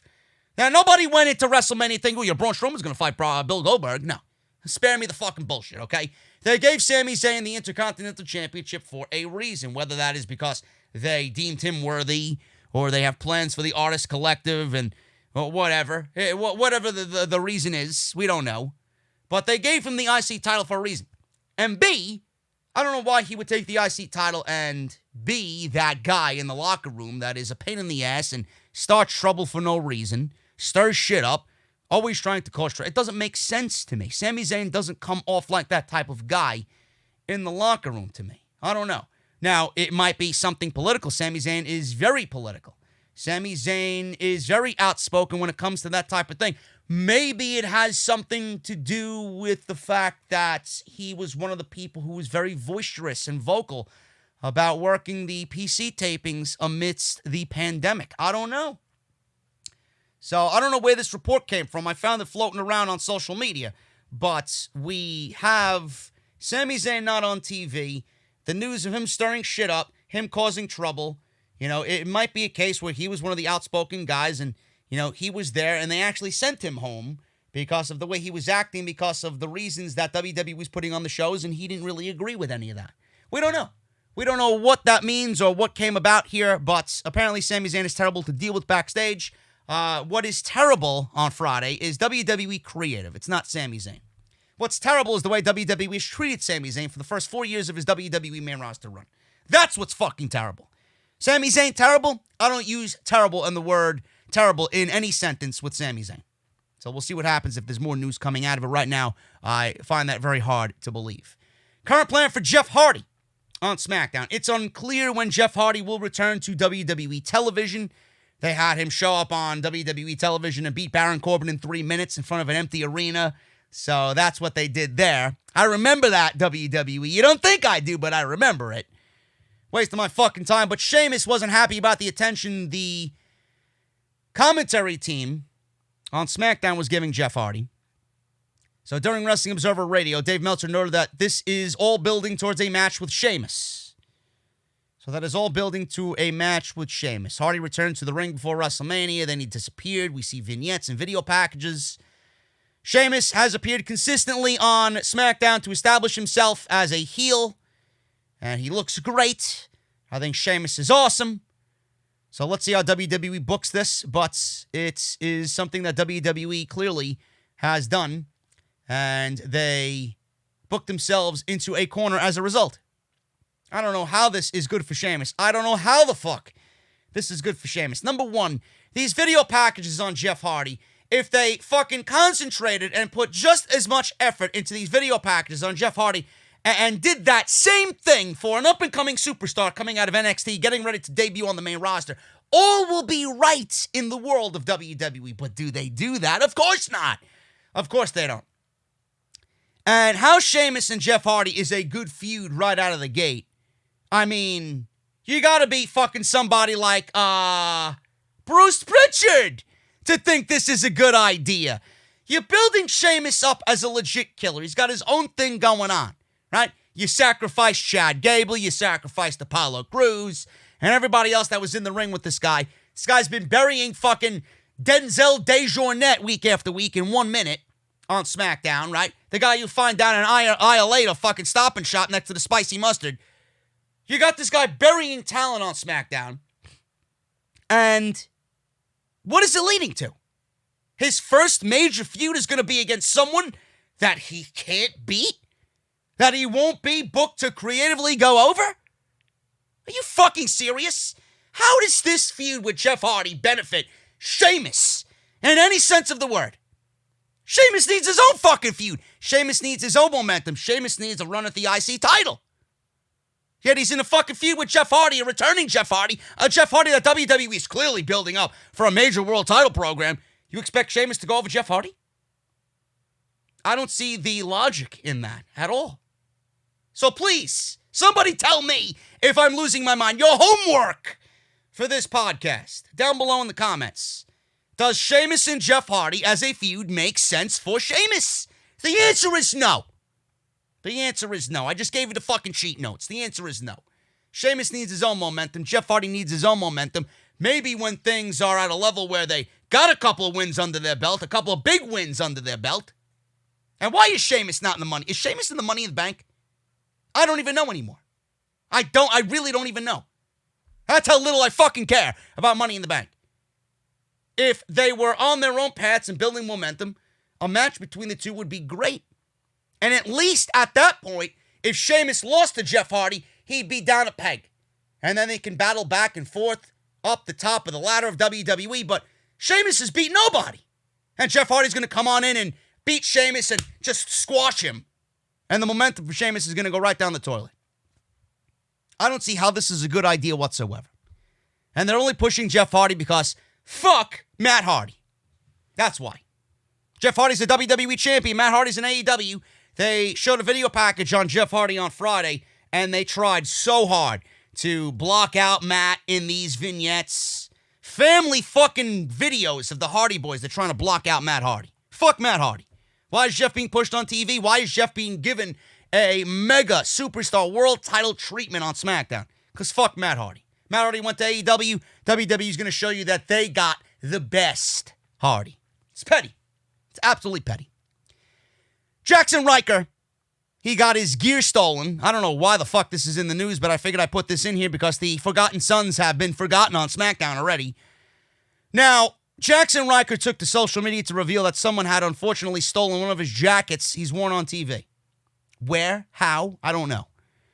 He says, and I quote on social media, to all the fans, if you see this jacket on eBay or trying to be sold, inform me or at Warnstar. I believe it's been stolen, taken, abducted, or all of the above. It's dark red. A reward will be given if found. Now, I don't, unless somebody broke into his fucking home and said, you know what, I'm going to break into Jackson Riker's home and steal his fucking jacket. I don't know why the fuck this guy's jacket was stolen. Now, my other question is, a better question would be, why, well, this is exactly why WWE's got people changing out in the fucking parking lot. That's what happens. That's what happens. You see, Jackson Riker needs to change in the fucking parking lot. He's not allowed in the performance center. He got his fucking jacket stolen. I was going to ask, why is this guy's fucking jacket in the vehicle, in his car? And I guess I could reiterate that question. He's got to change in the parking lot. Obviously, he lives in Orlando. I'm assuming they live in Orlando. If he's driving home from said tapings on Friday, why is your ring gear in your car and not inside a fucking closet, cleaned and ready to go when you are called upon back at the Performance Center for SmackDown? Why is your wrestling gear in the car? Why are you so negligent with your wrestling gear in the car? People clearly know who you are in the resounding neighborhood that you live in, right?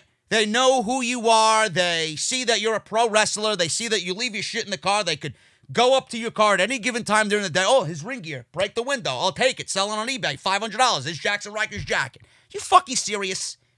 Nobody to blame if that's the case but Jackson Riker. So someone stole his jacket. If you are the culprit, let me know how much you made off of it. I'm very interested to know. There you go.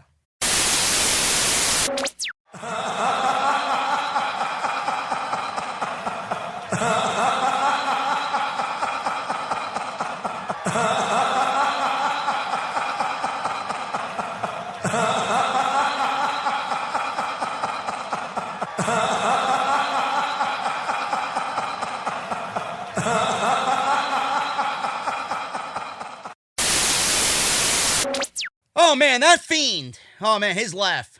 His laugh means that when he's laughing, you are the joke of the town, bro. You are the joke of the town. Braun Strowman is a fucking comedy act. That's why Bray Wyatt laughs. Monday Night Raw is a fucking comedy act. That's why we laugh. That's why Bray Wyatt laughs. That's why Bray Wyatt laughs, bro.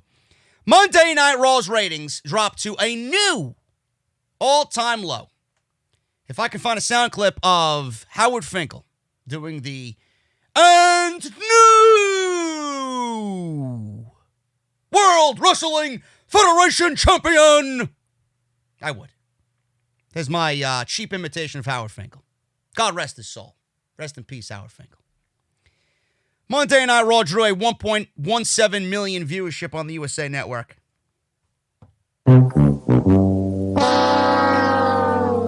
Oh, man. You failed at The Price is Right there, Vince. The price was wrong, bitch. Monday Night Raw sucks. And it deserves every bit of that 1.817 million viewership. This is down from last week's 1.842 million viewership. This is the lowest non-holiday week in Raw history. Oh, man, it warms my soul, man. It warms my fucking soul. Like I'm sitting in front of a fucking crispy fireplace drinking a nice hot apple cider on a cold winter evening, bro. I love it. I love it. For this week's show, the first hour drew a 1.945 million viewership. Last week's was a 1.940. So they did better than last week, barely. The second hour drew a 1.888 million viewership. Last week was a 1.866. So they did better than last week. We're trending upwards here, Vince. And the final hour drew a 1.619 million. And last week's was a 1.720. Oh, that third hour went down, bruh. That went down like your sister went down on me on Thursday. It was my night off. Clowns. This is the lowest non-holiday viewership in the history for hour one. This is also the second lowest third hour of all time, including holidays. Man, those are numbers, man. Why don't you take those numbers to the fucking shareholders, Vince? I'd love to know what their fucking opinion is on that. They won't give a shit anyway. What's that? Ratings? Oh, we don't care. How much money is the Saudi shows making? WWE Raw was number 30 for the night in viewership on cable behind Special Report, Tucker Carlson Tonight, The Five, Hannity, The Ingram Angle, Celebrity IOU, 90 Day Fiancé, The Story, Situation Room 2, Cuomo Prime Time, Rachel Maddow, Your World, Fox News at Night, Bill Hemmer Reports, Last Word, America's News. I felt like a fucking TV guide over here. Thanks, Wrestling Inc., where I got this fucking report. Are you a TV guide or a wrestling news fucking website? What the fuck is this shit?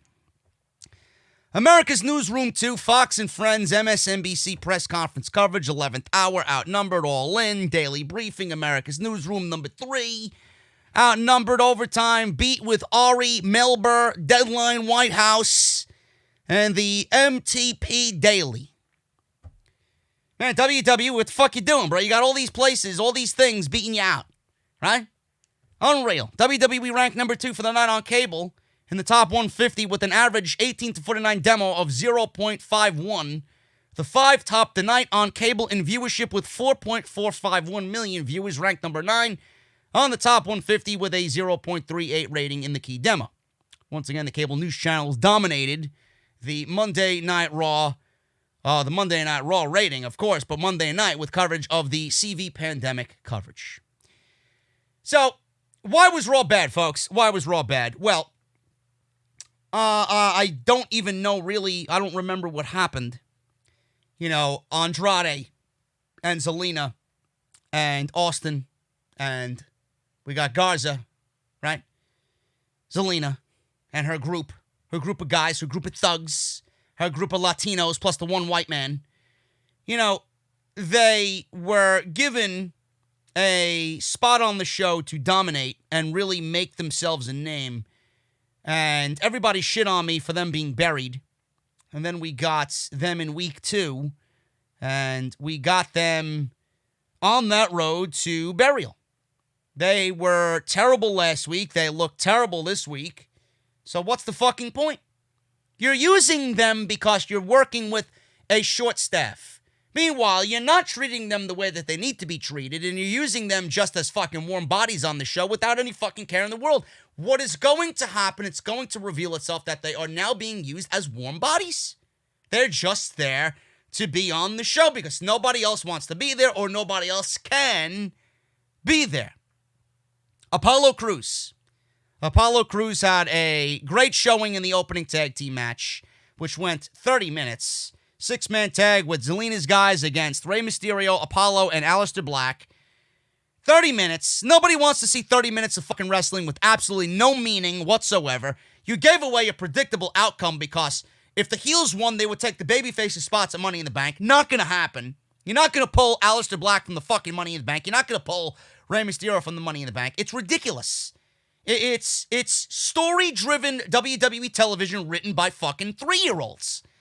This is the mentality of this group of creative. Fucking garbage. Nobody wants to watch a 30-minute match with no fucking meaning. And then Apollo Crews, being that they're shorthanded, had a U.S. title match for the title against Andrade. Now, that was one of the high points of the night. Very good match. Apollo didn't lose much because they called the match due to a storyline injury, but they also pulled him from the Money in the Bank ladder match. And in comes Jinder Mahal. I don't get it. I don't get why you take Apollo out of a star-making moment. They brag about how the Money in the Bank ladder match makes stars, yet they want to pull a guy in Apollo who can make himself into a star in the Money in the Bank, and they want to include somebody who nobody wants to fucking see in Jinder Mahal. Because it's coming. It's not confirmed, but it's coming. So I don't understand the WWE creative side of things as far as logic goes there. And Nia Jax, Shayna Baszler, and Asuka. I mean, that was a complete clusterfuck. Seriously. Nia Jax, she bullied Shayna Baszler and Asuka on Monday Night Raw. Shayna Baszler looked like a fucking pathetic, just shell of her former self. She was pushed around by Nia Jax. She was on the ground while Nia Jax stood in the ring in a supposed triple threat match that never got underway. And Shayna Baszler was made to look weak. I said it on Monday. Shayna should rarely, ever look the way she did on Monday. Asuka should rarely look the way she looked on Monday, but here we are. Ruby Riot, I'm surprised she wasn't part of the fucking Black Wednesday list that was let go. Ruby Riot loses last week to Liv Morgan, so what does WWE do again? They booked the same match again this week with the same outcome. So what does that do for Ruby Riot? I understand that they're giving Liv Morgan a push, but at the expense of Ruby Riot. If you want to complain, well, it's about the story. She wanted closure on the Riot Squad. She beat her last week. That's all the fucking closure you need. You don't need to go into another match and do it again. You did it already. But you want to make Ruby Riot look weak. That's what you want to do. So that was Monday Night Raw in a nutshell, folks. That was really Monday Night. They dropped the carpool karaoke. Viking Raiders were back in the WWE hallways amongst the red light and fog around them. They're not eating turkey legs and fucking listening to Weird Al Yankovic while driving around Orlando trying to sing carpool karaoke. Now they're in a match with the Street Profits, and WWE wants to now take them seriously after everybody bitched and complained on social media about this is how you treat the Viking Raiders. Seriously, you know? They should be listening to the title track off of Amon Amarth's last album. You know, something with Thor's hammer in the title, you know? Allegiance to Odin or some shit like that. Some real fucking Viking shit, you know? Give me a break with these fucking creative writers. That's what you do with the Viking Raiders? Is that going to keep them from staying with the WWE? Thinking back at that. If you're Ivar and Eric, oh man, remember that time? Why would they want to stay with the WWE if their contracts are coming to an end? Eventually. I don't know when, but eventually, you know? Not really showing them that you want to utilize them the right way. Raw was trash. I don't know who in their right mind thinks this show is fucking good by any means. I think Paul Heyman's influence has kind of taken a fucking decline on Monday Night Raw. Seth Rollins, I will admit, the contract signing with Drew McIntyre was very entertaining. I loved the way Rollins looked. I loved his hair slicked back. I loved the suit. I loved the glove. I love the way he came off. I love that Drew McIntyre came off unscripted. It's almost as if he was unscripted. I don't know why you would script your guy like that, but it was very entertaining, and Buddy Murphy was the sacrificial lamb for Seth Rollins. So we'll probably get Drew McIntyre versus Buddy Murphy before we get Rollins and Drew McIntyre at the pay-per-view. All in all, Raw was trash. Raw was garbage. Jerry Lawler finally explains the Ramen Noodle Moonsault. Lawler used the phrase Ramen Noodle Moonsault when Akira Tozawa landed a senton on the outside during a match with Austin Theory. Speaking on his podcast, Lawler finally opened up about the scenario and said this, and I quote, "I said the word ramen noodle on Raw, and next thing you know, the internet blows up and I'm a big racist. Let me go back and explain what I was doing and why being racist was the furthest thing from my mind. It all goes back to 2016 when there was a time when I was doing commentary with Mauro Ranallo. I was in the business for about 50 years and I don't know the names of these crazy moves, all right? I'm seeing them for the first time and all of a sudden the guy does a move and Mauro says, 'There's the Orange Crush Tiger Bomb, blah, blah, senton.' So he's kind of mimicking and mocking the way Mauro Ranallo calls a wrestling match because Mauro Ranallo is intelligent and has a keen sense on what the fuck is going on in the ring while Lawler has no fucking idea. And I'm thinking in my mind, somebody is making up these crazy names, right? I sat back down in 2016 and I wrote down some names of what I thought would be funny moves to go back at Mauro when he called one of these crazy moves from Japan. And I would say something like, 'There's the Ramen Noodle Moonsault.' I was doing it just to play devil's advocate with Mauro. If I were still doing commentary with Michael Cole or JR, we had the chemistry to where each one of these guys would have known that I was almost making a fool out of myself by claiming like I was acting like I knew what was this unbelievable looking move. Then either Cole or JR would have said, 'Oh, King, you know better than that.' With Byron and Tom, we don't have that chemistry yet. We only have been working together for a short time, so when I said that, they didn't even acknowledge it, so it kind of went out, and they just kept talking, and I kept talking. I didn't think anything about it either. That's where me, Bobby Heenan, Jesse Ventura, and all these heel commentators do all that sorts of stuff and joke. The joke is on yourself, so those people out there say, look at that idiot, he doesn't know what he's talking about, and he's racist, and he does this and does that, blah, blah, blah, end quote. Folks, I will say the same thing that I said about Jim Cornette, who blocked me on social media. Not for what I said about his stint in NWA, but I will talk about that in a little bit. Jerry Lawler is comparing what he did in 2016 with Morrow and what Bobby Heenan and Jesse Ventura and all these guys did back in the day. Back when we grew up, when things were different and right and normal. Right? Not as offensive as they are now. He's comparing these situations to 2016, and he's comparing a situation to Bobby Heenan and Jesse Ventura, where they were allowed in their day and age to get away with that, and it was funny, and it was ha ha ha ha. I'll go back and watch whatever Jesse did or Bobby did. I'll still laugh my ass off to this very day. It's classic stuff. Not at all offensive to me whatsoever. And it should not be offensive to you. He cannot go out there and say and do what he did back in 2016. Might not seem like a long time, but 4 years is a long time in which we sit right now with the current state of the world, with the economy, where everybody is in cancel culture, where everybody is easily offended by this and by that and by what she said and by what he said and what this politician said and what this wrestler said or what this commentator said or what I said. You know? It's a different time. And he's placing the blame on Byron Saxton and Tom Phillips, who I could absolutely see being one of them fucking SJWs. Seriously, I could see them being fucking so far with a stick up their ass, it's not even funny. I can't even see themselves laughing at anything, really. I just see themselves very cookie cutter, very straight and narrow. You know, oh, we can't do that. You know?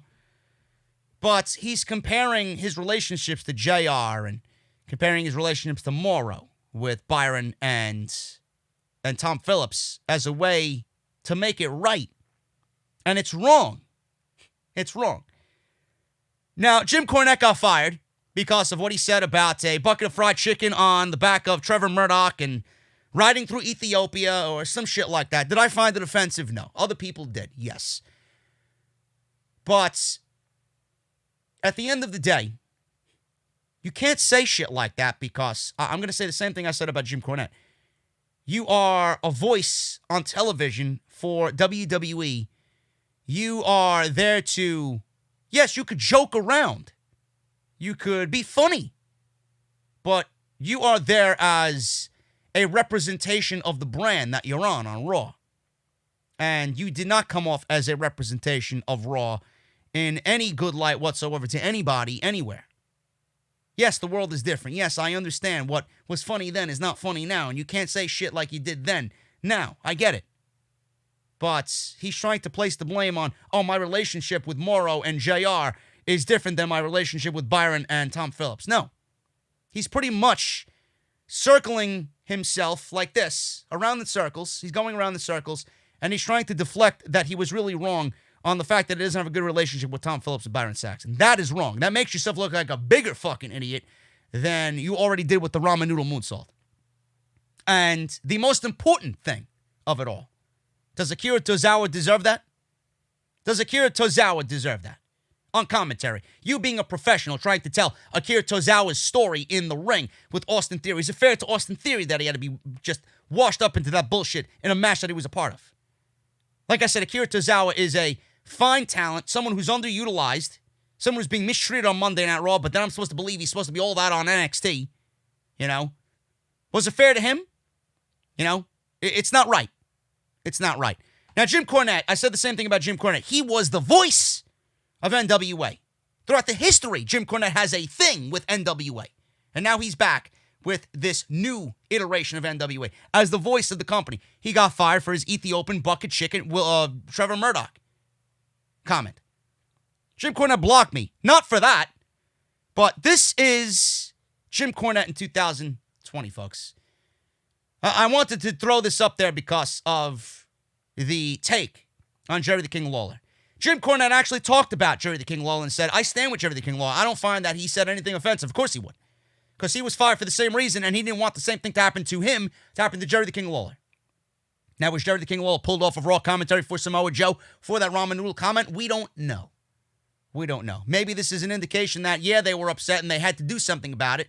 Or maybe it's nothing, and they just wanted to get Samoa Joe back on TV because he is now ready to come back and cleared. And they want everybody to say, hey, I remember Samoa Joe. I can't wait for him to come back and build excitement for Samoa Joe's return. But this is what Jim Cornette said, folks. I tweeted on Wednesday, March 25th, 2020.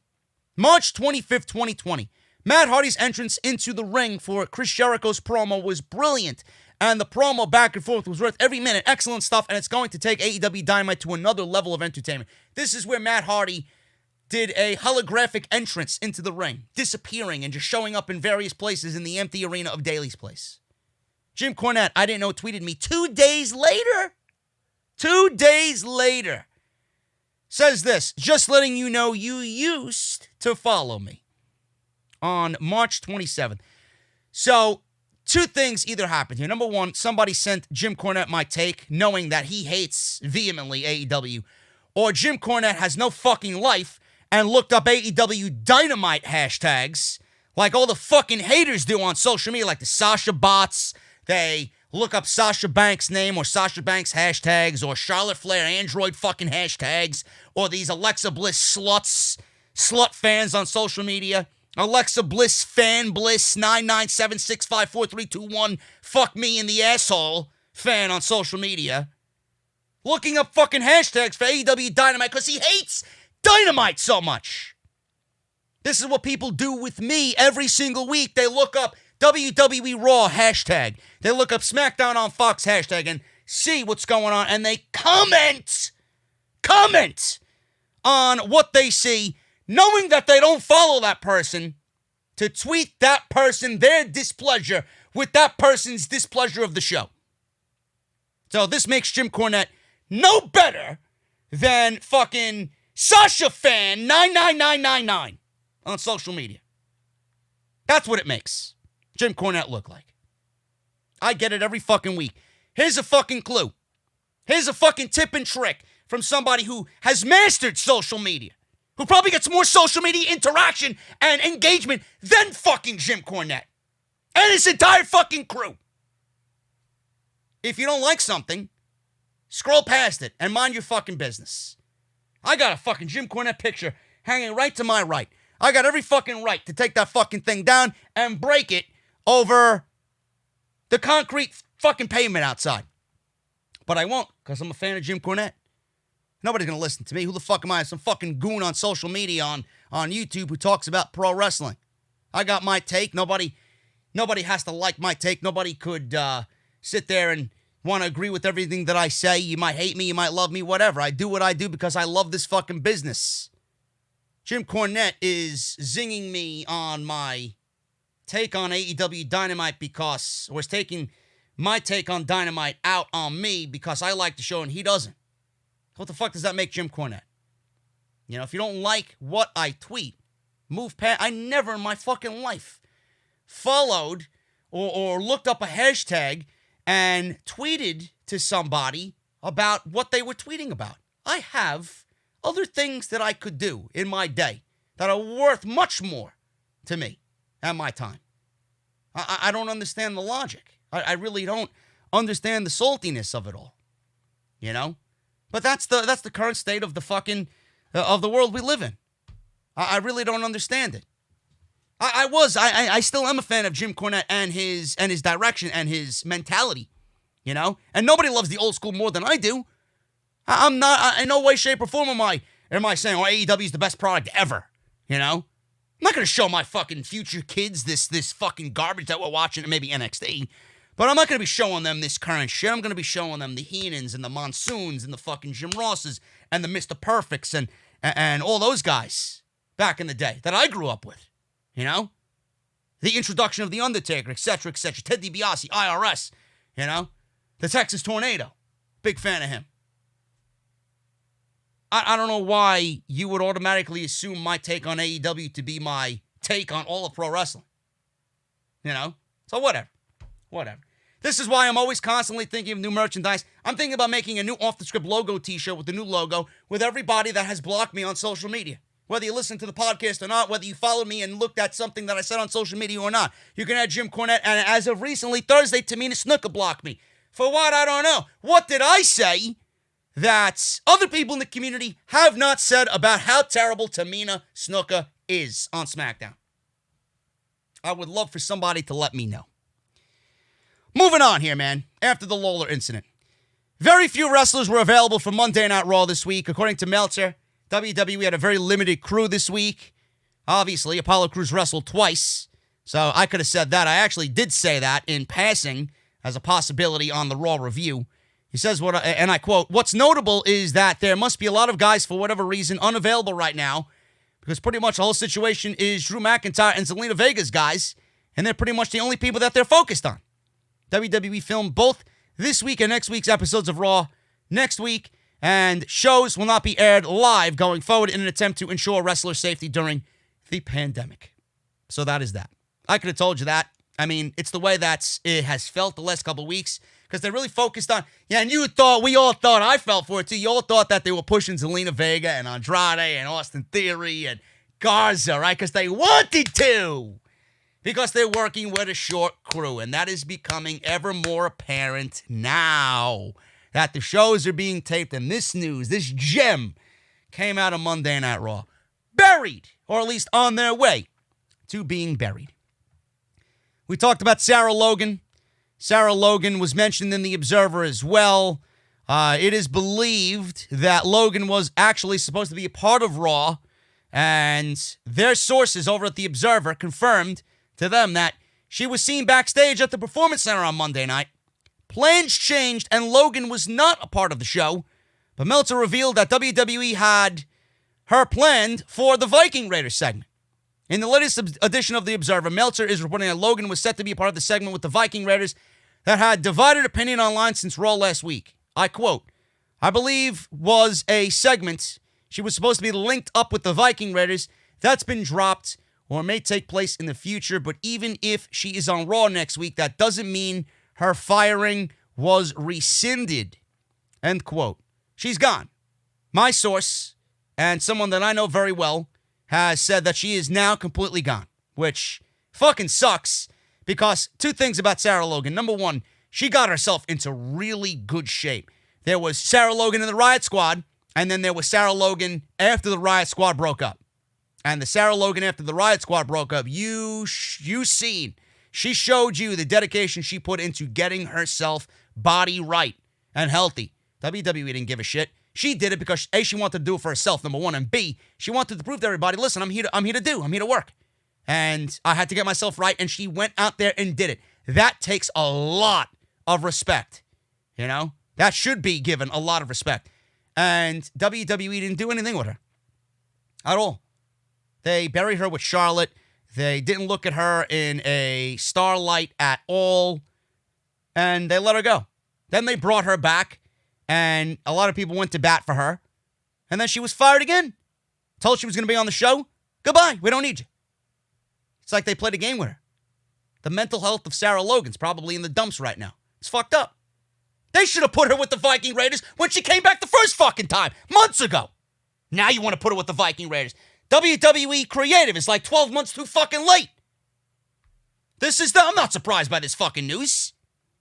She should have been with the She had country, the country gimmick, and then she came back as a fucking Viking. No description, no fucking, hey, this is what's going on in between, no explanation. And they should have put her with the Viking Raiders when they made their debut on the Raw roster last year. That didn't happen. WWE sucks. Fucking sucks, man. WWE is apparently selling dirt for $75. You heard me right. This is not a typo or a stutter on my end. WWE is selling dirt from the grave that AJ Styles was buried in at WrestleMania. The match was first of its kind with its cinematics and it left a huge impression on everybody. It was easily the best thing on WrestleMania, on night 1 and night 2. Undertaker returned to his biker gimmick, riding into the match to Metallica's Now That We're Dead.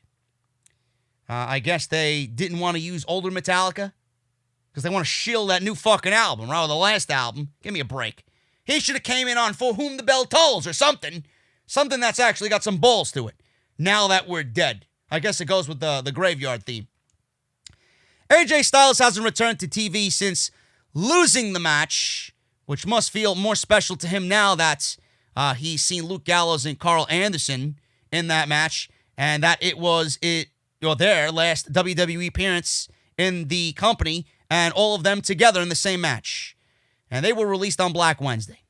With no one able to attend the WWE pay-per-view as a result of the ongoing CV pandemic, WrestleMania, there is now an opportunity for fans to own a piece of the show. The plaque is currently available for pre-order at WWE Shop and costs $75, and there are only 536 available. So you can go to WWE Shop and get one if they are not sold out. But for $75, folks, you're paying for dirt. I think this takes the phrase dirt cheap to a whole new meaning for WWE. But they got to make money off WrestleMania somehow, so they're selling fucking dirt from AJ Styles' grave. There you go. You know, this dirt could go well right on the wall while you're watching Monday Night Raw, because Monday Night Raw and not AJ Styles should be in the fucking grave. Vince McMahon, I don't know why this is in the fucking news. Vince McMahon told Andrade to learn English if he wanted a main roster push.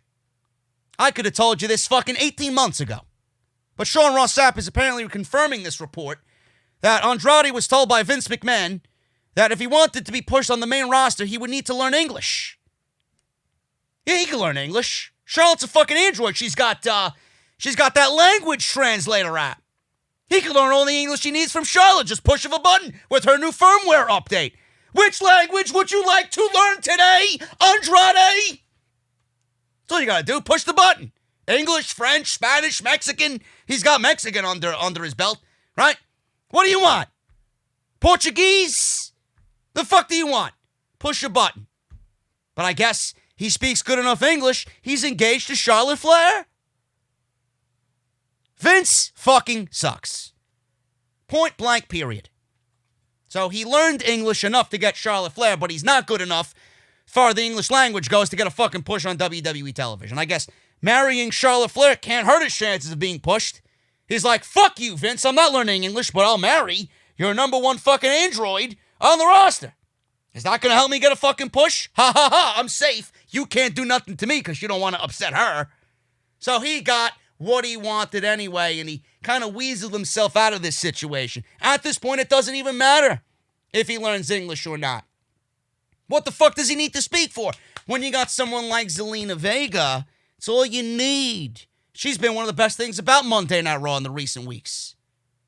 So he is not someone that needs to go out there and fucking master the language. He's got Zelina, and he's pretty safe as far as I'm concerned. He's married to Charlotte Flair, about to be married to Charlotte Flair. And you know that when you're associated with her, you ain't going anywhere, because if you upset the queen, then my God, man, hell will be coming down on whomever that fucking poor soul is. Lance Chance battle, oh, actually not a battle royal, thank Christ not a battle royal, but you know, WWE loves their gauntlet matches too, but a last chance gauntlet match is set for Raw. During the bump, should be bumped off the fucking internet, it was announced that a last chance gauntlet match will take place on Raw. Breaking news, due to the injury of Apollo suffered on Raw, there will be a last chance gauntlet match this Monday to determine the final participant in the men's Money in the Bank ladder match. Now, the participants were not named. I'm assuming that everybody that lost their qualifying matches on Raw in the previous weeks are probably going to be placed in this match, plus a couple of guys to round out the field of 5 or 6 that they usually have in these gauntlet matches. Folks, spoiler right now, you don't even have to watch Monday Night Raw. Jinder Mahal is going to be the winner of the gauntlet match. He's going on to Money in the Bank and more than likely going to win the Money in the Bank briefcase because Vince is in a fuck-it-all mode. And he thought Jinder winning the title back in 2017 was the right way to go. And now we're in 2020, and we're going to ruin SmackDown like we did SmackDown. Or we're going to ruin Raw like he ruined SmackDown Live on USA Network. Simple. This was coming. You can reference this video back on Monday night when Jinder Mahal is standing there looking up at the briefcase doing this. You know? Whatever. Moving on. AEW Dynamite. They beat NXT for the week of April 29. Wednesday's ratings are in, and AEW averaged 693,000 viewers for Dynamite on Wednesday, down 5.2% from the week prior. Tony Khan said this was the best empty arena show that you've watched in recent memory. Clearly not enough. I thought it was a great show. Book ended by Darby and Cody, which I was in love with the match, but not the ending. Ending was a little bit ridiculous, but I understand why they did it. And then the real monster among men, Lance Archer, beat Dustin Rhodes.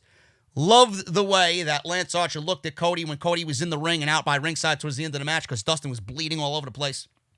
Got in the ring, right? They wanted him to throw in the towel. Dustin said, fuck the towel. Cody got in the ring and was attending to his brother, and Lance Archer's just like salivating, looking at him. He could have crushed Cody right there like an ant, but he didn't. He's like, I just left your brother laying in his own piss and blood. I'm going to do the same thing to you. Get a good glimpse at what's going on there, Cody. Right? So AEW Dynamite was good. NXT was good as well, but next week is the NXT that I'm looking forward to. We got a lot of good shit happening. We got the Android against EO for the NXT Women's title. We got Killer Karrion Kross making his television debut, really, with Scarlett Bordeaux. We got Adam Cole versus Velveteen Dream, and we got, I believe, we got Finn Balor coming back, and then Johnny Gargano versus Dominik Dijakovic. Good show next week.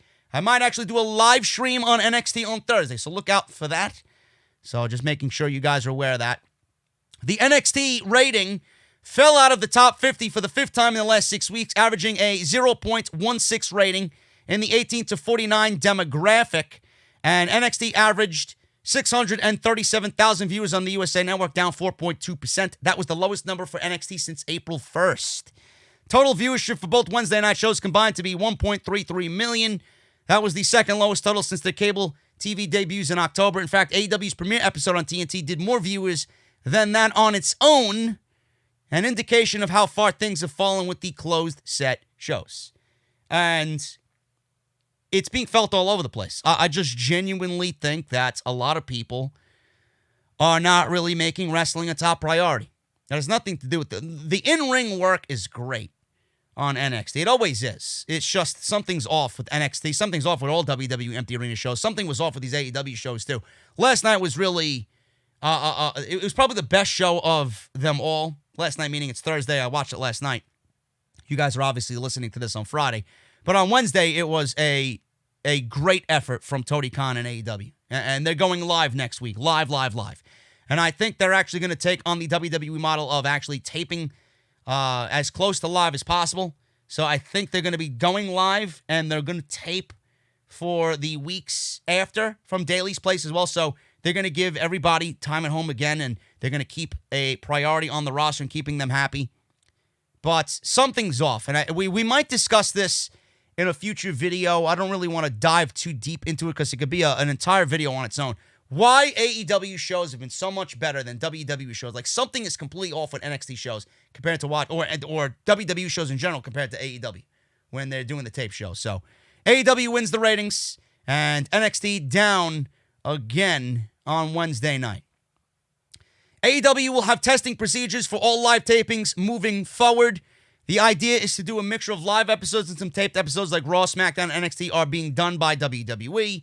This is all being built towards their Double or Nothing show on May 23rd. It appears that the promotion will be having testing procedures in place at these shows.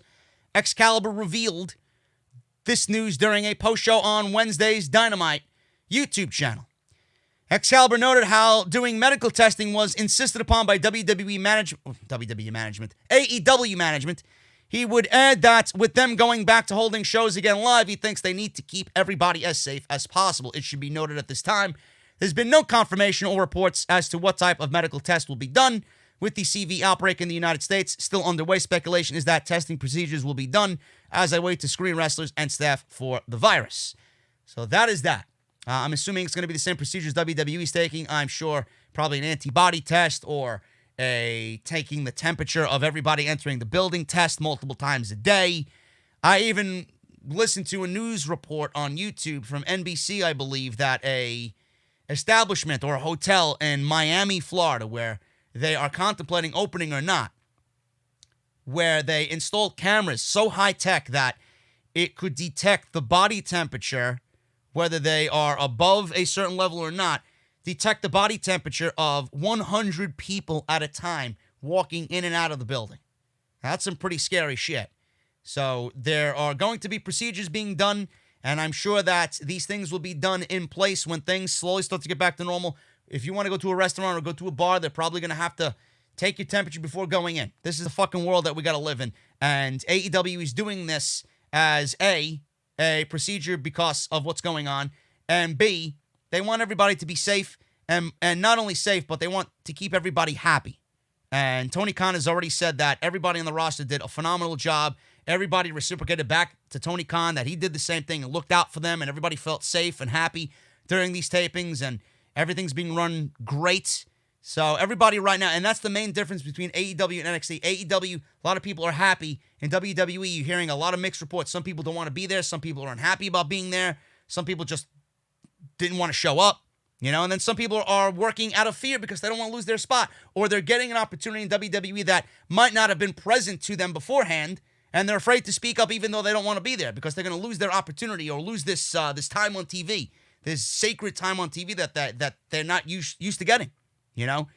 Very different vibes between both companies. It really is. Speaking of Tony Khan, he wrote all of the recent Dynamite episodes, and it was called A Trial by Fire. Tony Khan and Cody Rhodes were the main brains behind the writing of the shows.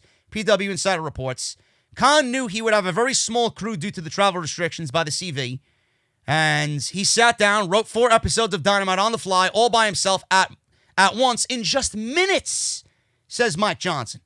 Also, it was noted how AEW Executive Vice President Cody Rhodes was very instrumental in helping Khan put things together.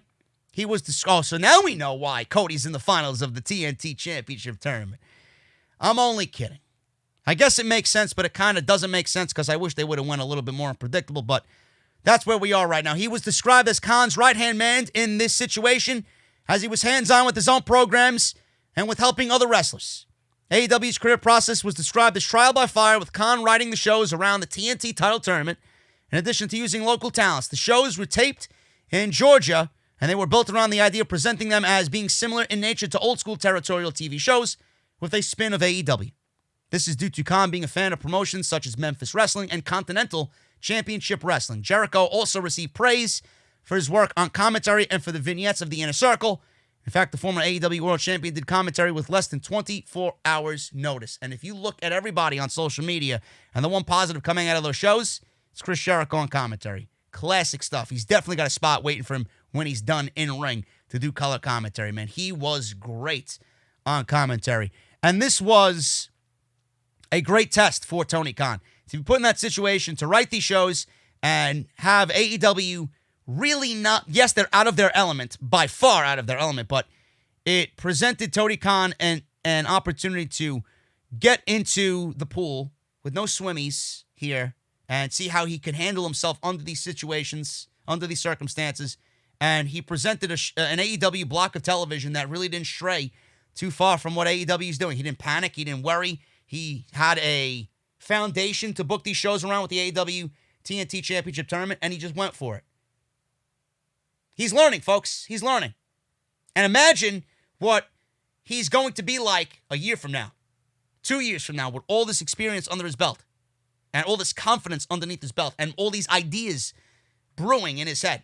When they get back to normal television and when they get back to normal situations. It's going to be awesome. I very much respect Tony Khan. I really do. I think he's done a phenomenal job with how he's handled everything in AEW, and that just makes me appreciate and respect him a little bit more. Trial by fire, wrote these shows in minutes on the fly, wrote all 4 episodes himself, had a foundation, and built around that foundation. Great stuff coming out of AEW with these tape shows. Finally, guys, Matt Hardy, something quick on Matt Hardy. The broken universe will be more prevalent than it ever has been in AEW. In the same report, PW Insider and Mike Johnson reports that AEW has a lot of plans in place to use Hardy's broken universe in All Elite Wrestling. The promotion has already confirmed that Hardy is slated to return in ring next week when he teams up with Kenny Omega to face Jericho and Sammy G. The street fight will take place on next week's episode of AEW Dynamite on TNT Live. This is a continuation of the ongoing feud between the Elite and the Inner Circle. Hardy, Cody Rhodes, Matt Jackson, Kenny Omega, and Hangman Page versus Jericho, Hager, Santana, Ortiz, and Guevara were supposed to be in a blood and guts match last month, but that was clearly canceled. However, the contest was pulled, like I mentioned, due to the circumstances of the world deals with the CV outbreak. I mean, I think we all kind of knew that. We didn't know how much or how prevalent Matt Hardy was going to be, but more Matt Hardy, and especially when they get back to things being normal, the more Matt Hardy, I think, the better. He's entertaining. He hasn't lost a beat. He is hungry, and I think the Broken Universe, I'd love to see what he has added on top of what we already fell in love with in its previous inception in Impact Wrestling. So it's going to be interesting to see what they do, and if they really do go that cinematic route with Jericho. I did mention on the AW podcast, I could see Matt Hardy and Chris Jericho one-on-one, if Jericho's not in a rematch against Jon Moxley for the world title, because we don't know who Moxley's going to be going one-on-one with in defense of that AEW world title. But I could absolutely see, if that's not the case, Matt Hardy and Chris Jericho in a broken deletion match or an elite deletion match at the Hardy compound for Double or Nothing. So we'll see what happens with that. But more Matt Hardy, more Broken Universe, the better on AEW Dynamite. And I am getting out of here, guys. Thank you so very much for all your support right here on the podcast. Episode 324, part 1 is in the books. I'll be back tomorrow with part 2. If you guys enjoyed the podcast, hit that thumbs up. If you enjoyed the podcast on Spotify or iTunes especially, leave me a rating. 5-star rating would be greatly appreciated. Helps out the podcast immensely on the iTunes chart, so I would appreciate that. Follow me on social media at JDfromNY206. That's on Twitter and Instagram. Make sure you guys hit that subscribe button, turn on that bell for all notifications. Harrys.com/script for your free trial set, or not free, but your value trial set. That is there as always. Harrys.com/script. Patreon.com/offthescript. If you guys, or Patreon.com/JDfromNY206. If you guys want to support the podcast on Patreon, and everything you need as far as videos down below, make sure you guys check all of that out. I will be back on Saturday, guys, right here for part 2. So look forward to more news. We got Cain Velasquez and the real reason why he was fired. Reasons that people are not talking about. People think it's just a payroll cut. Cain Velasquez is just as guilty for doing wrong than anybody else. So we'll uncover that as well on the podcast tomorrow. And rumors of who is going to take over for Vince McMahon once he goes, if he goes, when he goes. So we'll talk about that as well. Plus all the rumors coming out of AEW, NXT, Monday Night Raw, and SmackDown, as always, right here on the podcast. Until then, guys, hit that thumbs up, and I'll see you right back here for part 2 of OTS on Saturday afternoon. See you guys then.